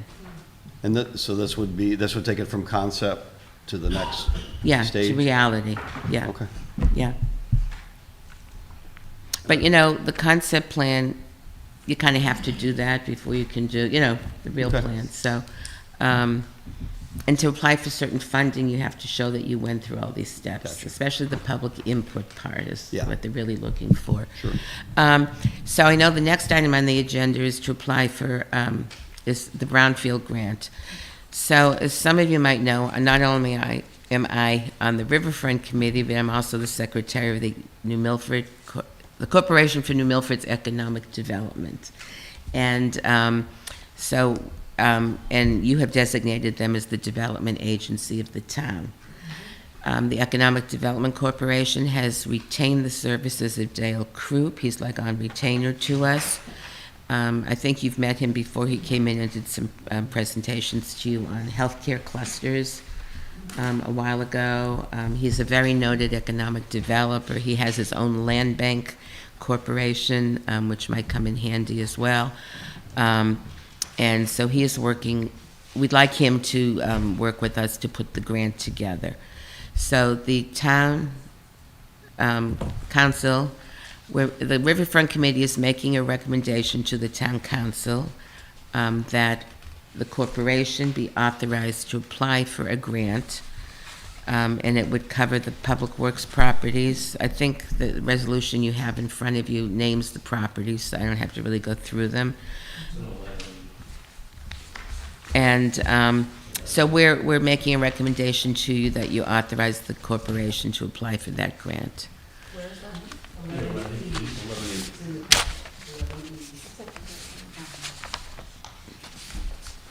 And I'm perfectly glad to take any more questions that you might have. Help me understand the flood zone. Where, can we just talk exactly, I'm not familiar exactly where the official flood zone is on Well, the there's map. several flood zones. There's the 100-year, there's the 500-year. The one that just recently flooded. And also, I'm going to tell you that for all the rain, listen carefully to this one because it's amazing. For all the rain we've had in the past 2 years, with Route 7 being closed, with just flooding everywhere, this section of Youngsfield, this whole section has had no flooding whatsoever. We've gone out and taken drone footage that's got dates and times on it, if anyone wants to question that. So I know it's in a flood zone, and so we're going to have to deal with certain, regulations and building and whatever. And there'll also have to be some mitigation put in. Part of what's going to be in the Youngsfield plan, I didn't point that one out, is between the two little parking lot sections, you see there's like some green and trees and stuff. That's a mitigation area. For those of you who've worked in development, if you take out soil, you got to mitigate the impacts that you're having. So that would be our mitigation area, and Lutinsky would also serve as a mitigation area as well for that. Thank you. Hi, Leva. Hi. One of the rumors Yeah. is that you were raising the level of the fields. Why? Is there any? Why? Because of this whole floodplain conversation. So No. I like why? Is that on Facebook? No, but Stop looking at those things. Well, I don't I know. It read- wasn't on yeah. Facebook. No. But Yeah. you have buildings that are at higher elevations. We have buildings that are yeah, what? at higher elevations right now. I mean, all the building spots are at higher elevations than the fields are. Aren't they? Anyway. Well, no, the larger buildings actually are on ground level. There's underground parking on those two large. At this point in time, again, it's just further refining the concept to get closer to. You know how many yards of fill you need to fill these fields? Probably 2 million. I know. I'm just putting it to bed. That might be part of the Just secret putting it to plan. bed. So, with The what regard. plan, the secret plan? Might be part of the secret plan. Somebody anonymous may have posted that. Can we I don't know. please? Oh, my God. Okay, So I'm those sorry. two- Alex, no, we have no, there was. Okay, thank you. I just want to put that to And bed. just to clear, I want to just make it even clearer. So underneath those two buildings, Yeah, there would be underground parking. parking. I saw it. Yeah, I and there would saw- probably be, the facade would maybe have some retail stores or a restaurant or, something as Okay. well. So Yeah. there's also always been talk about the railroad being active again. So that's running along the railroad there, Right. close by. So I'm just thinking that they would go well together. So, okay.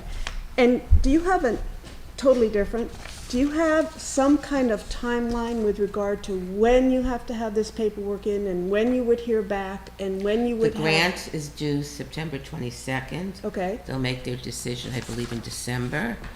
In And December. then you have several years to do it. So this is an assessment. Right. So we would do probably, there has been on the Public Works property a Phase 1 assessment done in the past, and things have been cleaned up, but because believe this one or not, no matter how much money you spend on your assessments, they're technically only good for 6 months to a year, and then you have to go reassess everything. Right. So we're going to do a reassessment of the whole Public Works facility. And in the middle of the Public Works facilities, there's that Linstead piece of property, the tanks and the tower, and that does not belong to the town. And that needs to be cleaned up. That'll be part of this assessment. We did do an assessment of it as well in the Brownfield grant application, because we had to do 3 Brownfield Phase 1s. And so we had done a Phase 1 on that property. We did a Phase 1 on Food Mart because it's next to the parking lot, in case the town ever was interested in acquiring that. And we did a Phase 2 on Patriots Way. And that's why we were able to proceed in finalizing Patriots Way, because there was nothing found there. So the Linstead piece is private property. We'll be contacting, I deal with Marcy Linstead, contacting her for permission to access the property. She has told me verbally and also in writing, I received a letter from her a number of years ago that they would be glad, the estate, to turn the property over to the town once it's cleaned up. We obviously don't want to touch it until it's cleaned up. Right. So the wonderful thing about dealing with Dale is that he also, as I mentioned, has his own land bank. So land banks work differently from towns and other municipalities. I don't know all the ins and outs, but he's able to work with the private property. I think they acquire the property, even with but they're not held liable for it. That's the way a land bank works. And then they can clean it up, and then it can go to the town, or whoever they're working towards. So, we'll find out that as well. So then, attached to all of this, Uh-huh. when do you anticipate opportunities for the public to participate or to get input? Well, I think the first thing is we want to hire a consultant, and who's experienced in this, in planning, design, also in public input, because some consultants don't really know how to deal with the public. They're more engineers than, whatever. So some companies do have their own divisions that deal in public outreach and public input. So I would say that we would probably by the beginning of the year, maybe be to go and hire a consultant, get ourselves in order for that, and then proceed. Yeah, I'm just trying to, this might be a separate conversation from what you're presenting. I'm just trying to understand why we are being asked to, change the nature of the Economic Development Corporation to empower them to be able. Well, that's. So tell me what it is that you can't do Yes, right now. exactly. Like, what Yes, can you thank not you. do now? Hillary, great question. That Great you question. would have to Great do? question. Yeah. I should have been smart enough to have said that. We as a town cannot, because we polluted it with our gas stations and our hydraulic lift fuels, or there's a chance we could have polluted it, not that we did pollute it, but so we can't apply for the grant. It has to be a third party. But didn't we apply for a grant through ARPA funding to clean up the brown? Aren't we doing that all over through the town, or is that a separate? No, we did apply, we do have some ARPA money that's set aside for brownfields and riverfront, yeah. Right, so how are we able to do that? But We not haven't this. spent it yet. So if we have to come to remediation, that's another story. Okay. And this is, we're applying for a grant, it's free money if we can get it. So why wouldn't we go for it? Assessments on what's needed. Right. But so the New Milford economic, so help me, Randy, what is this changing in this? What is this changing? I have no idea. Okay, so you haven't read this either, okay. So what we're doing is allowing the corporation, which is what it's intended to do. You're allowing the corporation to go and apply for the grant. We did this a long time ago. Yeah. Yes. Yep. Did Long, what? long time ago. Authorize the corporation. To be the development agency for the town, yeah. Oh, Much more than a right, year but this ago, is much saying more. To make it as an eligible economic development agency, responsibility for preparing, that's different. What's Right, so- different, Hillary? You're recommending that the corporation be authorized to apply for the brownfield grant. So Right. Okay. Because you have to authorize, and the town council is their property. Okay, So gotcha. they need to give them Thank you. permission. Thank you. Yeah. Thank you. Yeah, they just don't, Answered. they can't just go and apply for grants for anybody's Yep. property without permission. Thank you. Any Yeah. other questions? And also that we give them permission to access the property if for the it's- assessment. When they go do it. Yeah. If it's okay with the council, could we move, since we've been discussing 11E, could we move up 11E? Yeah, And, let's do it. I'd like to suspend the rules and move item 11E up to be item 11A1. Second. Thank you. any discussion, all those in favor? Aye. Opposed? Any abstentions? Okay, Katie? Okay, so, Oh, I'm sorry, I didn't see it because the agenda before this had it okay, so, back to back. I'm sorry. item 11A1, I'd like to move that we take action on the resolution for riverfront revitalization, which is item 11E, the document in your packet. Second. Any discussion? And this will allow the corporation to apply for the assessment-only brownfields grant. And it's a one-time assessment, right? All those in favor? Aye. Opposed? Any abstentions? Thank you, everybody. Thank you. Thank you, Leva. Thank you. Thanks, Julie. I'll be back. Oh, yes, we know. Okay. Okay, moving on to item 11B. Pardon? Yeah, 'cause these Oh, are I'm the other sorry, ones. I'm sorry, I moved up, I made it A, that's my mistake, so sorry. Okay. Item 11A, which is the East Street update Thank by the you. mayor. So just kind of background, as we all know, the Board of Ed turned the town the building on 6/30/23. The town did an air quality assessment starting on July 3rd. It was the initial analysis. The actual survey found, or the assessment found, substantial mold. I then spoke to our health director, who had concerns about the mold, especially when it came to safety. Was recommending masks that would be required into the building at all times. I spoke with Randy DeBella concerning our liability on the town side. Could be a substantial liability, so we closed the East Street School to the public. In so doing, we had Camella's Cupboard, who was serving those in need. They are now housed temporarily at John Pettibone to continue with their mission. With that being said, currently the building is closed except to authorized personnel. So some of the things we're going to be doing moving forward, I'm going to be going in next week with Jack Healy with the building. We're going to continue to take some additional photos, and we'll be sharing those with the town council and the Board of Finance. Fuss and O'Neill is doing their second analysis, which is the hazardous materials sampling there. They have requested some additional time, and the reason for was they were going to do 150 samples.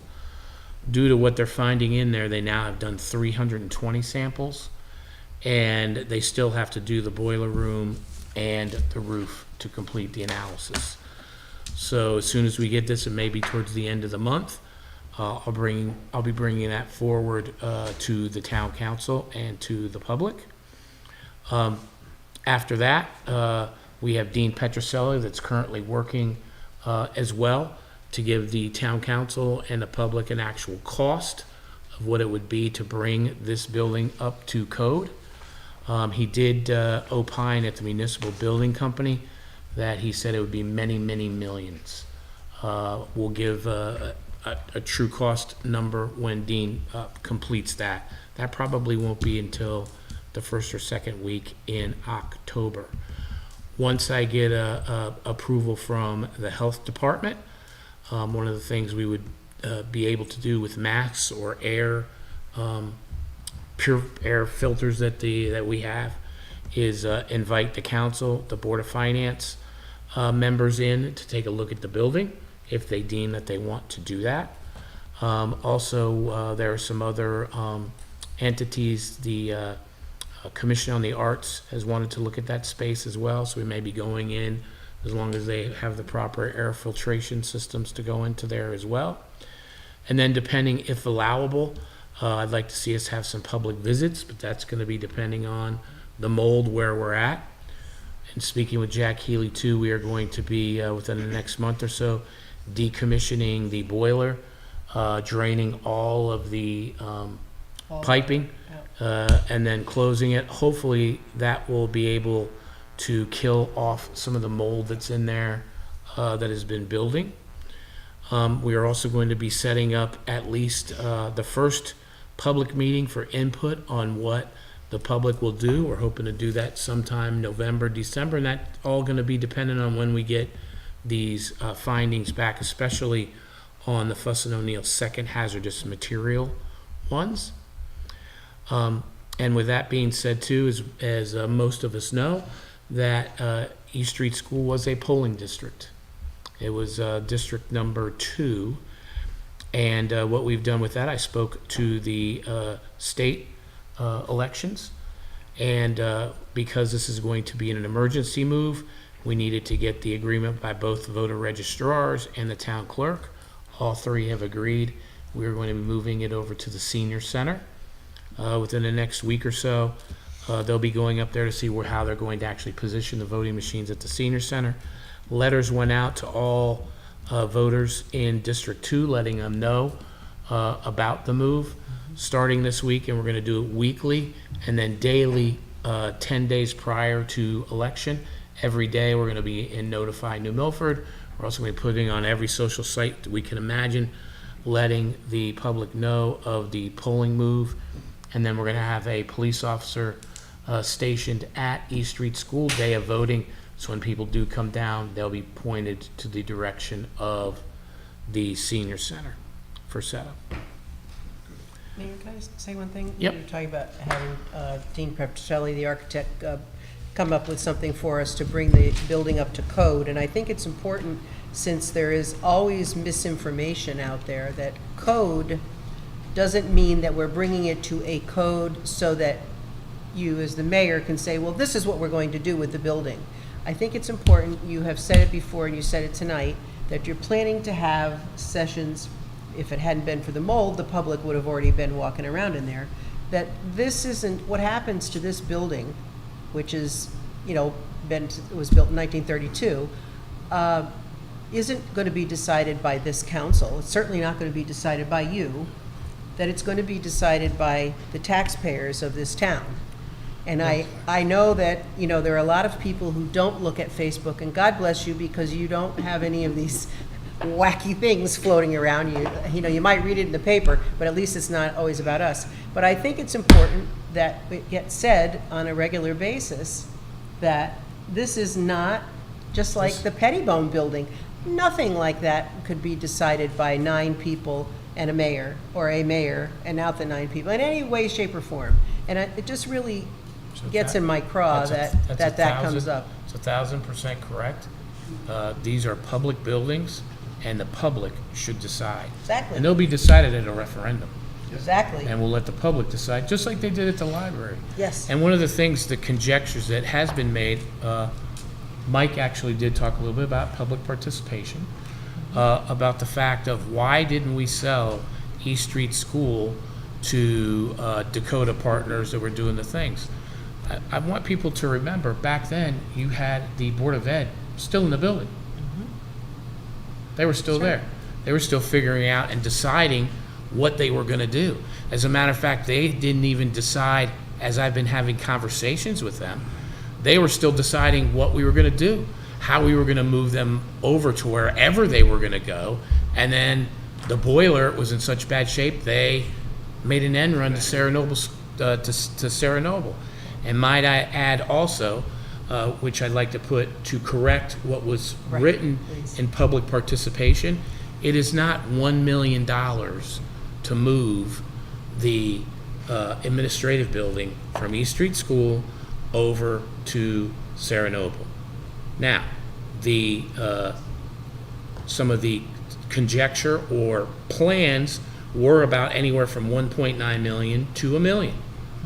Well, as we talked to the Board of Education, we actually got that down to, I believe, $75,000.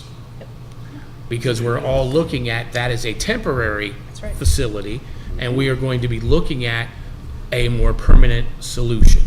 And that's going to be a discourse for all of us, whether it's here on the town council, the municipal building committee, because the premise, and obviously the Board of Ed, and the premise that I've made here as well, is when you're looking at true costs and ROIs, is it better to have something new, energy efficient, something that can be built to suit?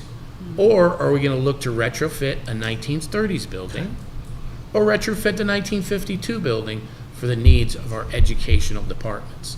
That's a good conversation that I think, and a robust one, that we are going to have as a council, Board of Ed and Board of Finance. And we will then and have public the itself. costs. Correct. And then you'll have the costs of what it's going to take Absolutely. to turn a 1932 or a 1958 building. Correct. And it's no fault of mine because I went to school in both of them. But they really are in bad shape.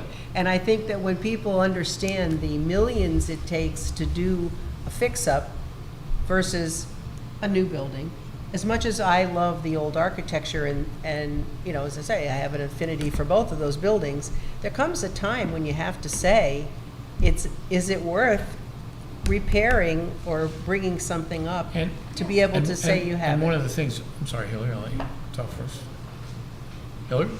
No, I just think that there's a fair amount of sort of admonishing and smiling happening. I think we need to sort of set the record straight on what was said and why those questions were asked and how important the conversation is. As Tom rightly pointed out, the last two POCDs have emphasized how much the town cares and wants East Street building to survive or for something to be there, right?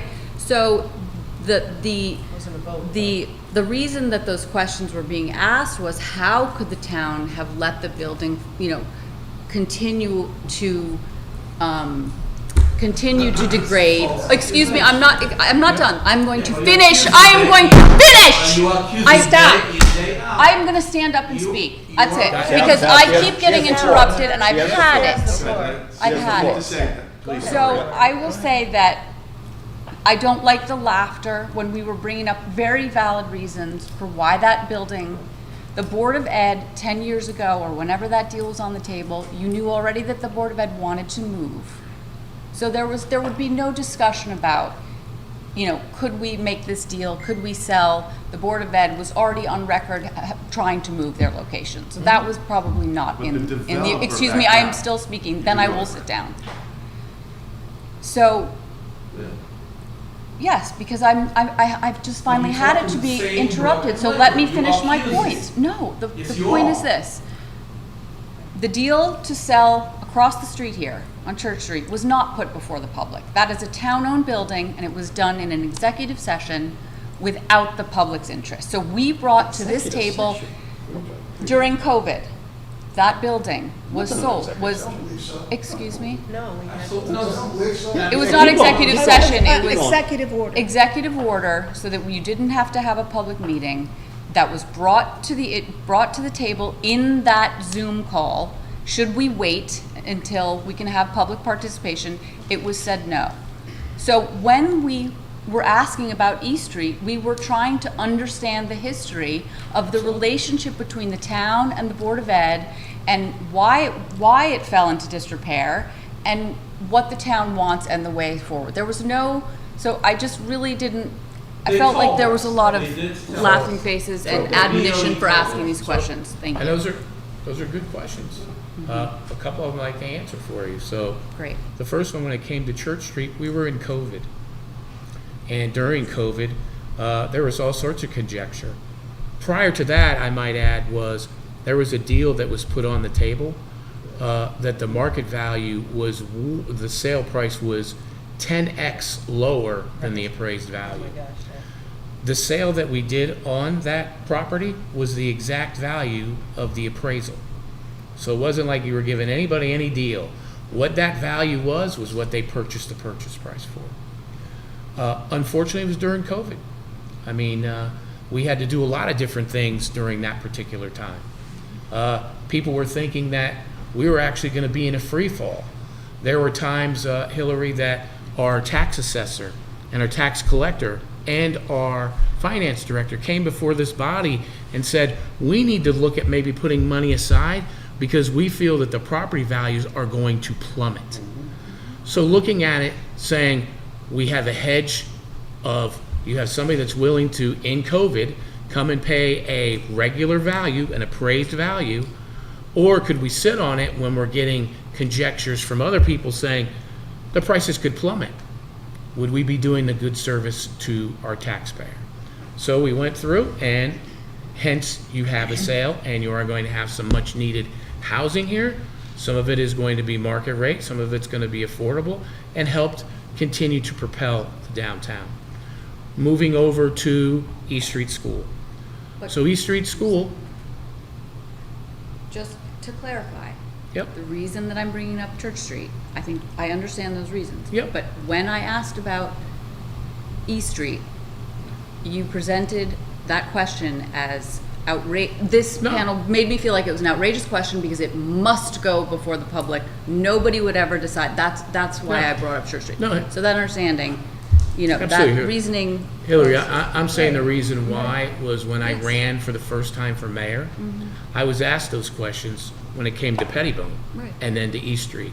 And I had said then, as I'm going to say now, just for myself, that this is way, way, way too an important decision for one person or a board, that we need to hear from our residents as to what they want to do, because at the end of the day, as we're beginning to see, these buildings are going to be in the tens of millions of dollars. Correct. Now, we need to have the public decide, are you willing to make that investment, knowing all the other things that are going to be going on in the town, all the other expenditures that we're going to need. I think we need to have a very robust conversation on that. Moving back to Dakota Partners is the one I believe that you're talking about. Back then, as I said before, we've been talking with the Board of Ed. I have myself since I've become mayor, and talking with them. It's where are we going to move? How's this all going to work? It's not just as easy as moving down to John Pettibone, because once you create I'll just use it as an example. Once you create a different use down there, automatic sprinklers in the whole place. Lights outside. You're gonna have all of that stuff, so you have to have that conversation. At that time too, the Board of Ed itself was saying, we don't know. When we talked to Mayor Gromback, we weren't 100% solid on being over there. There may be some other needs that we want. So then the thought is, okay, do you want to stay in East Street School? Let's look at that together. So it's all looking at it together. Agreed. Right? So then you have a building, right, that continues to degrade, right? Because no investment has been put in it for many, many, many years. Okay, so now it's come to the point where I went to the Board of Ed, the same as Councilman Cosgrove, to ask them for that building when they got out of there. I specifically asked them. I said, turn it over to the town. My biggest fear was two things. One was at that particular time we were looking at maybe having that polar vortex last year. Great news we didn't have that, they had it in Europe. But my thought was the pipes would freeze. The next was the moisture in that building. If you have any kind of mold or any kind of issues in there, you're gonna have a big problem. When they left, they kept that boiler going full speed. When it came full speed, it buckled the floors. Right, but why didn't the town fix the boiler 2 years ago? You know, when it went, when it was. Because it's under the Board of Education. It's under the Unfortunately, board. that's the way it is. The And- town owns it, and they are in And it. they It's never their spent the money in their responsibility. budget to do any of that. And now it's here we are, here's where we're at, right? So you have a multitude of different things. We have two buildings for town use or not, or however you want to do it. The taxpayer, in my opinion, we should all have a decision and an input and let the people tell us what they want of it. And then you have the administration. I've talked at great length with Dr. Parlato and with Chairman Fallenbach as to what is really your needs. You know, when we talked about it before, the Sarah Noble, you know, we have 400 units of potential housing here. Right now, you have the population in the school system has declined, but if half of those units become 1 or 2 children, you're going to have a pretty big influx in school. So at some point, as I was telling, as we were having our dialogues with the school, was that at some point, what we don't want to happen is in 3 or 4 years later, we come back to the council and come back and say, you know what, Sarah Noble, we have to get out of there because we have to use that for additional space. So the thoughts are, where do you really go for a permanent home? So they're working right now on what their needs really are. And then the conversation we're all going to have is return on investment wise, whether it's your energy use, whether it's your upkeep, whether everything else. Is it better to look at a new building or retrofitting buildings that are in their 50s and their 30s that have load-bearing walls that you may not be able to break when you can get something exactly what they need? And that's a conversation I think we all need to have. So that we're not rushing to move them into something Chris? just because.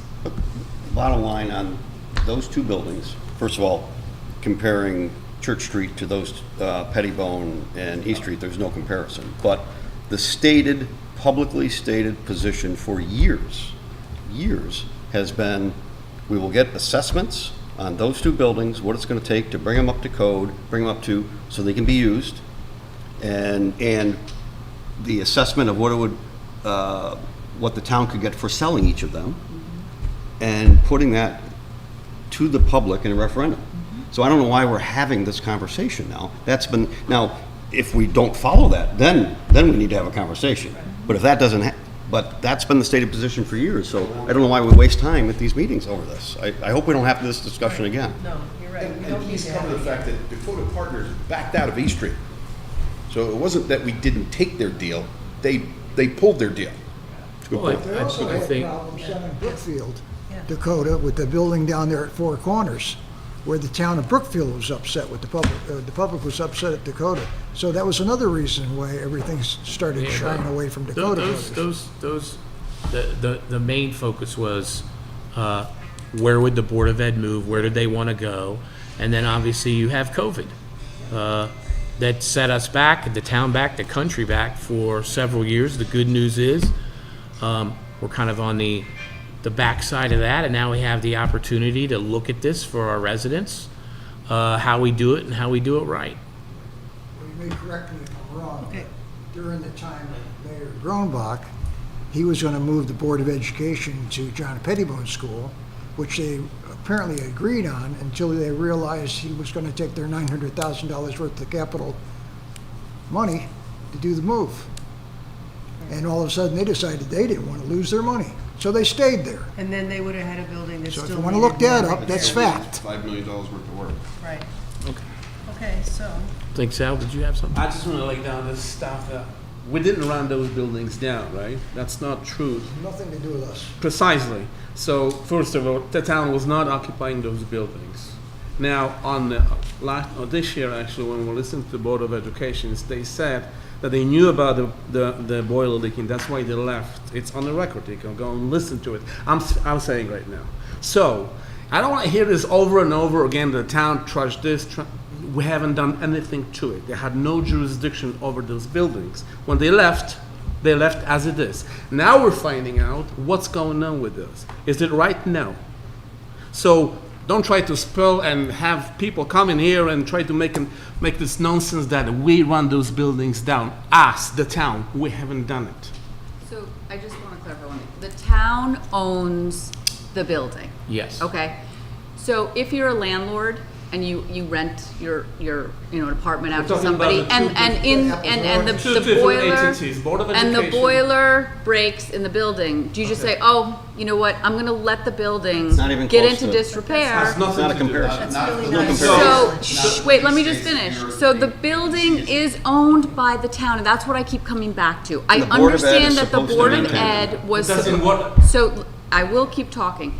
That if the Board of Ed doesn't have the budget the Board of to Ed fix said, oh, it, by the way, this is leaking, we're moving. So is we it, found does after it the become fact. something that the found town it after the says fact, like it's everything really else. important for us to do it, because if we don't, the building will fail and we own the building, right? So we have ARPA funds coming in. So two things. That's the question, Two right? things. You let it fail, and then you come back and beg for forgiveness. So That's just- the thing. Okay.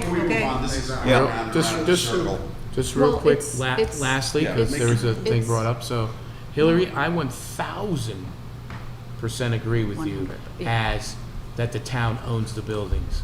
That's why I've been talking with the Board of Education to let the towns run the buildings, walls out.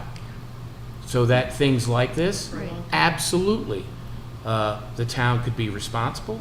We could take care of all those things.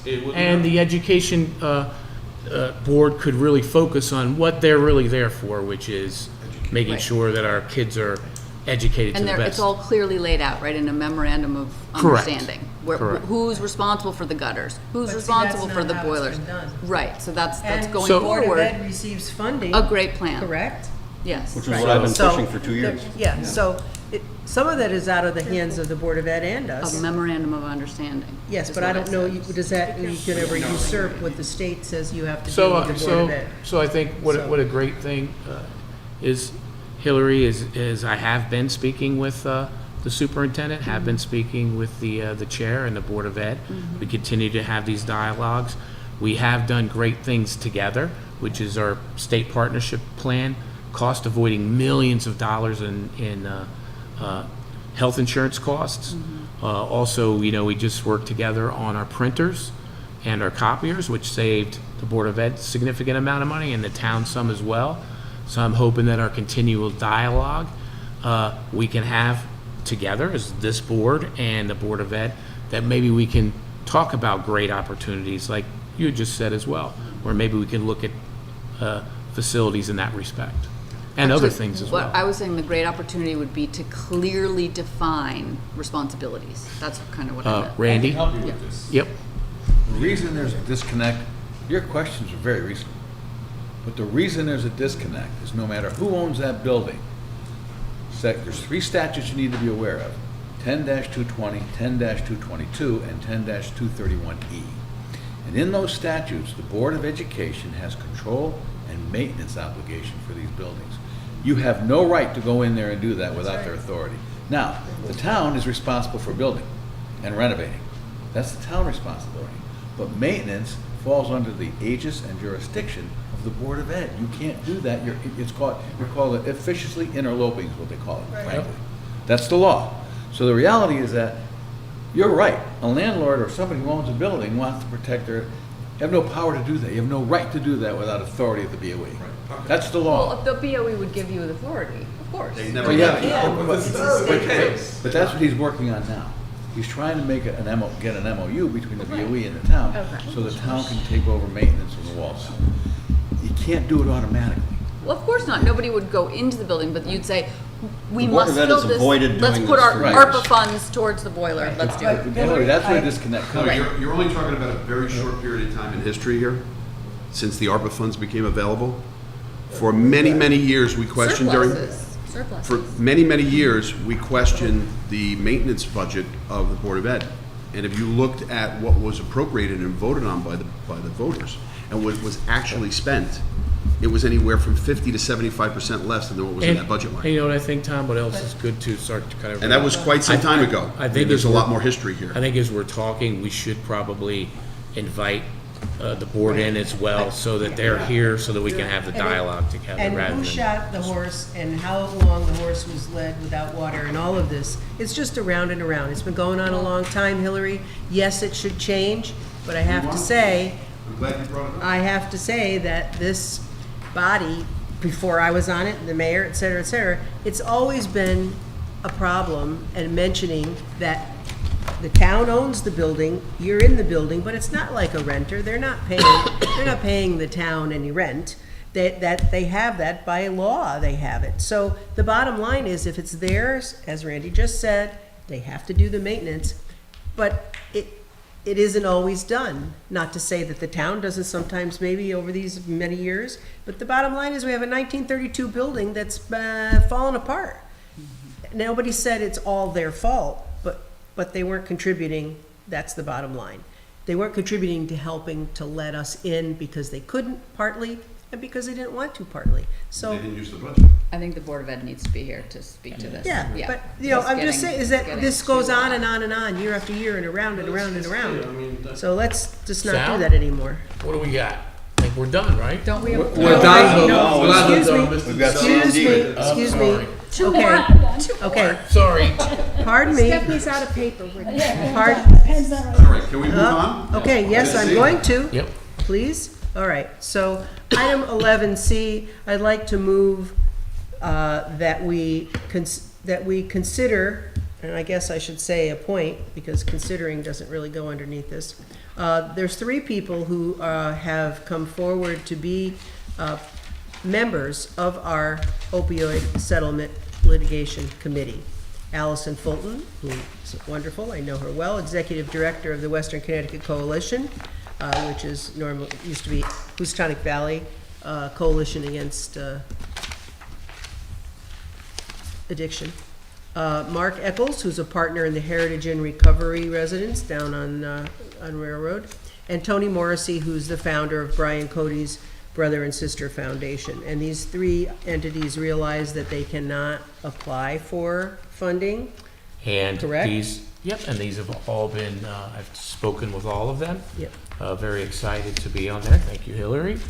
And one question, the reason why I did not put this in as a normal, as you see on the agenda for an appointment, was that this is a brand-new committee. And with this brand-new committee, November is election day, municipality-wise. So I wanted to give this town council their thoughts on, is this something where we want to approve them for a 2-year time frame, which, Randy, they can rightly do, or, that's what I'm saying, council could do that, or, I know we've talked about this at during previous councils, where you give whoever is going to be elected mayor at the next time the ability to do this commission.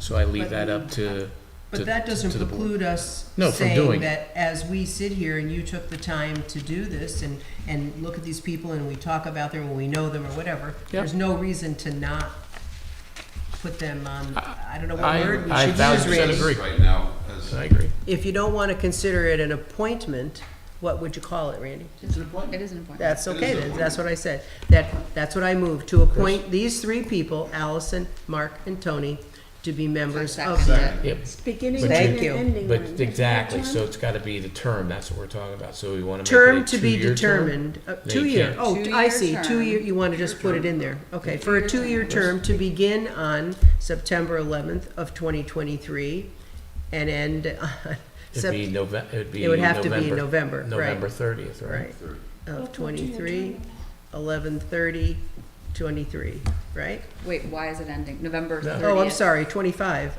I can't write Can we make it that. a little longer than 2 years, No, Randy? this is a committee, it's not something. Okay. Right, right. If the council wants to do that, it can do it for as many years as it wants, because Yeah. it's not under the Okay. charter. But the reality is that, you recall, there were issues concerning having a mayor at the last minute appoint somebody Exactly. before she or he goes out of office. Right. You gotta understand that you're going against that. We just. Yeah, we so just why appointed can't we people. just say Right. from November 11th till 11/30 of this year? But we just appointed people tonight. You didn't have. we haven't appointed anybody yet. Just talking about. No, we did We earlier. did. We did Bill, earlier. commission, Right, the right, municipal right, agent, right. so we're good to go. The So it's municipal okay agents. if you wanna do that, but you need, the town Just council has to do that. Give me Right, but the end Randy's date. saying that term doesn't end right before a mayor leaves office. Right, Right, Right, and so those ones end 9/10/27. right. That's, right, I see your point, Right. and you're right, Randy. Yeah. So Now, you can do the that term with the town shouldn't end, Correct. right, we all know why that's in Yes, there, right? exactly. So I you just- don't want it to end on November 30th. I No, think it would we end should, let's make it, September 11th of 2020. give me a date, what? Right? Give me a date? 2 years. So 2 years, so 25. 25. 27, can we go 4? Well, let me just, I got a question here. I thought this was gonna be a temporary committee. What's that? I thought this was gonna be a temporary committee. 2 years. We can appoint a temporary committee for 2 years? How about we Okay. choose Halloween, So October 31st? 2 years from today, 2 years from today. 2 years from today. Yeah. Okay, There. 25, there we go. Okay, so the term is Okay. September 11th, 2023 to September 11th, 2025. Everybody, I got a second on this from Yep. From Tom? Hillary. All right, so we have From a Hillary? motion and a second. All those in favor? Aye. Opposed? Any abstentions? Thank you. Oh, I'm sorry, one Okay. other question. No, Yeah. This doesn't complete the No. committee, right? Okay. No. No, That's what I no, thought. no, no, Yep. no, no. Because And What I I think, believe is has to be a teacher. I Okay. believe, position. yes, we have, if you go back and look at the. It was the- 5, I believe. Yep. Well, yes, but also look at the specificity of where they belong, Yep. what kind of avenues they should be walking down to be considered. Yep. Since it's 9:48 over there, should we table till our next meeting discussion on the Fair Housing Commission? Second. I mean, that was a question. That was a Can we do question. that? Can we? Don't we have a time? I think this could be a fairly Lengthy. quick one. Oh, you want it to be? Okay. Item 11D, D1. Important, by the way, I sent the ordinance to the, Oh, you to the did? Department of Housing. Yeah, I did. So that's taken care of. So you just have to people this commission. All right, so that's the update. Okay, How about I do this? How about I just update the council and then we good, push it for the next meeting? great. Okay, so basically, you'll see in your packets, as we're trying to complete kind of the back office of this committee and what it does properly. So you'll see in there a job description to take a look at.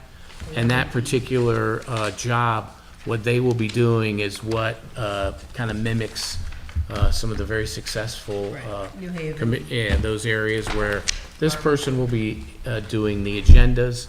We'll also be setting up the times for when you're going to have both meetings, whether it be the mitigation first meeting, where you're working with the person.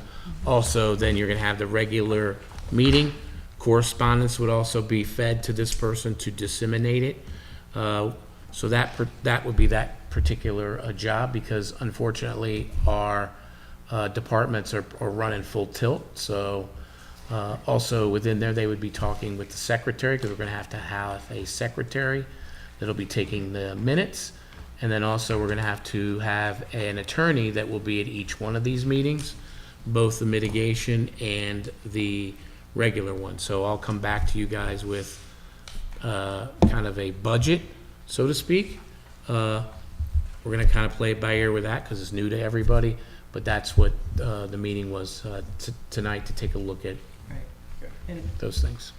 I'd like to ask that we consider, as we review this, first of all, I think that Fair Housing Associate is not the correct term. I was going to say administration, but since you're thinking of a secretarial or clerical, stop saying secretary, clerical, Well, that, it's a little more than clerical. no, but you just said there's going to be a clerical person. No, what I'm saying is that's Not what this, it That'll is. be in in addition addition, in addition to this, you just said there'd be No, a there'll be a clerical. secretary, like a secretary That's, for the minutes. that's what I'm talking about, that's Yeah. clerical, we don't call them secretaries anymore. No, it's a recording secretary. Yes, okay, but, okay, so you have that person who would be at an hourly type thing. I just don't know that associate is the proper thing. As I said to you, I think that it does connote that this person would be more involved, whereas it's not a member that sits. This is a person who's gonna do these things, talk to people, write the emails, put the agenda together, taking information from people that are on this committee, but that person's not gonna be at the meetings. What would be This the person appropriate? will be at the meetings. Well, okay, They're gonna as be, a, they're gonna be Zoom meetings. So they're gonna I coordinate. think so, that. I think it's gotta be, because an associate to me means that they're part of this group. We can talk about that at the next meeting. Well, I'm just saying, everybody, when you look at it, I think they should think of this in the way that you see it. I mean, that's just my own opinion. Mr. Mayor, when you do your budget, you have knowledge, skills, and abilities, ability to read, understand, and All interpret right. town regulations and state statutes. You're not paying enough. Well, I don't know, it's very broad in some areas and Unless you not in say others. with the attorney. Right, But I would really struggle with finding someone to take this job. that's right. Okay. You're asking them to understand I just want to know, did we, in the people that we listened to on, and that call, were there any, was any of those people there consulted on this type of Yes. thing? And was it a town or a city? It was both. Okay, because I think this is really more of a city, but that, again, this is just me. You all have to comment on this. Yep. I don't want it to turn into being someone we pay who has got an influence in this committee. And I'm not saying that the person would be the bad person, just that it should not be tending to that. That's why I'm concerned about associate, and I'm concerned about a little bit of the stuff here. Pardon? Coordinator is the best word to use. Right. But you don't want to be paying somebody to sit on this committee and have any sway They're not about gonna the have any committee. part of it, Right. They're just gonna pull pieces together. Yep. Right, but if you were the person getting emails, writing emails, coordinating and communicating with other towns, communicating with somebody who wants to make a complaint about their landlord or vice versa landlord, you are gonna have information and the ability to advise or relay that information. So that's an important person, but it's also a person who's gonna have a lot of the well, because you can't help but have it if you're the one that's talking to the people on the phone and transcribing it out. I just think that that's something that we should be cognizant of, that's all. It's gonna be hard enough. So we'll bring that to the next meeting. Yes, sir. Motion to Yes, adjourn. sir. Second? All those in favor? Aye. Opposed? Any abstentions? Thank you, everybody. Thank you.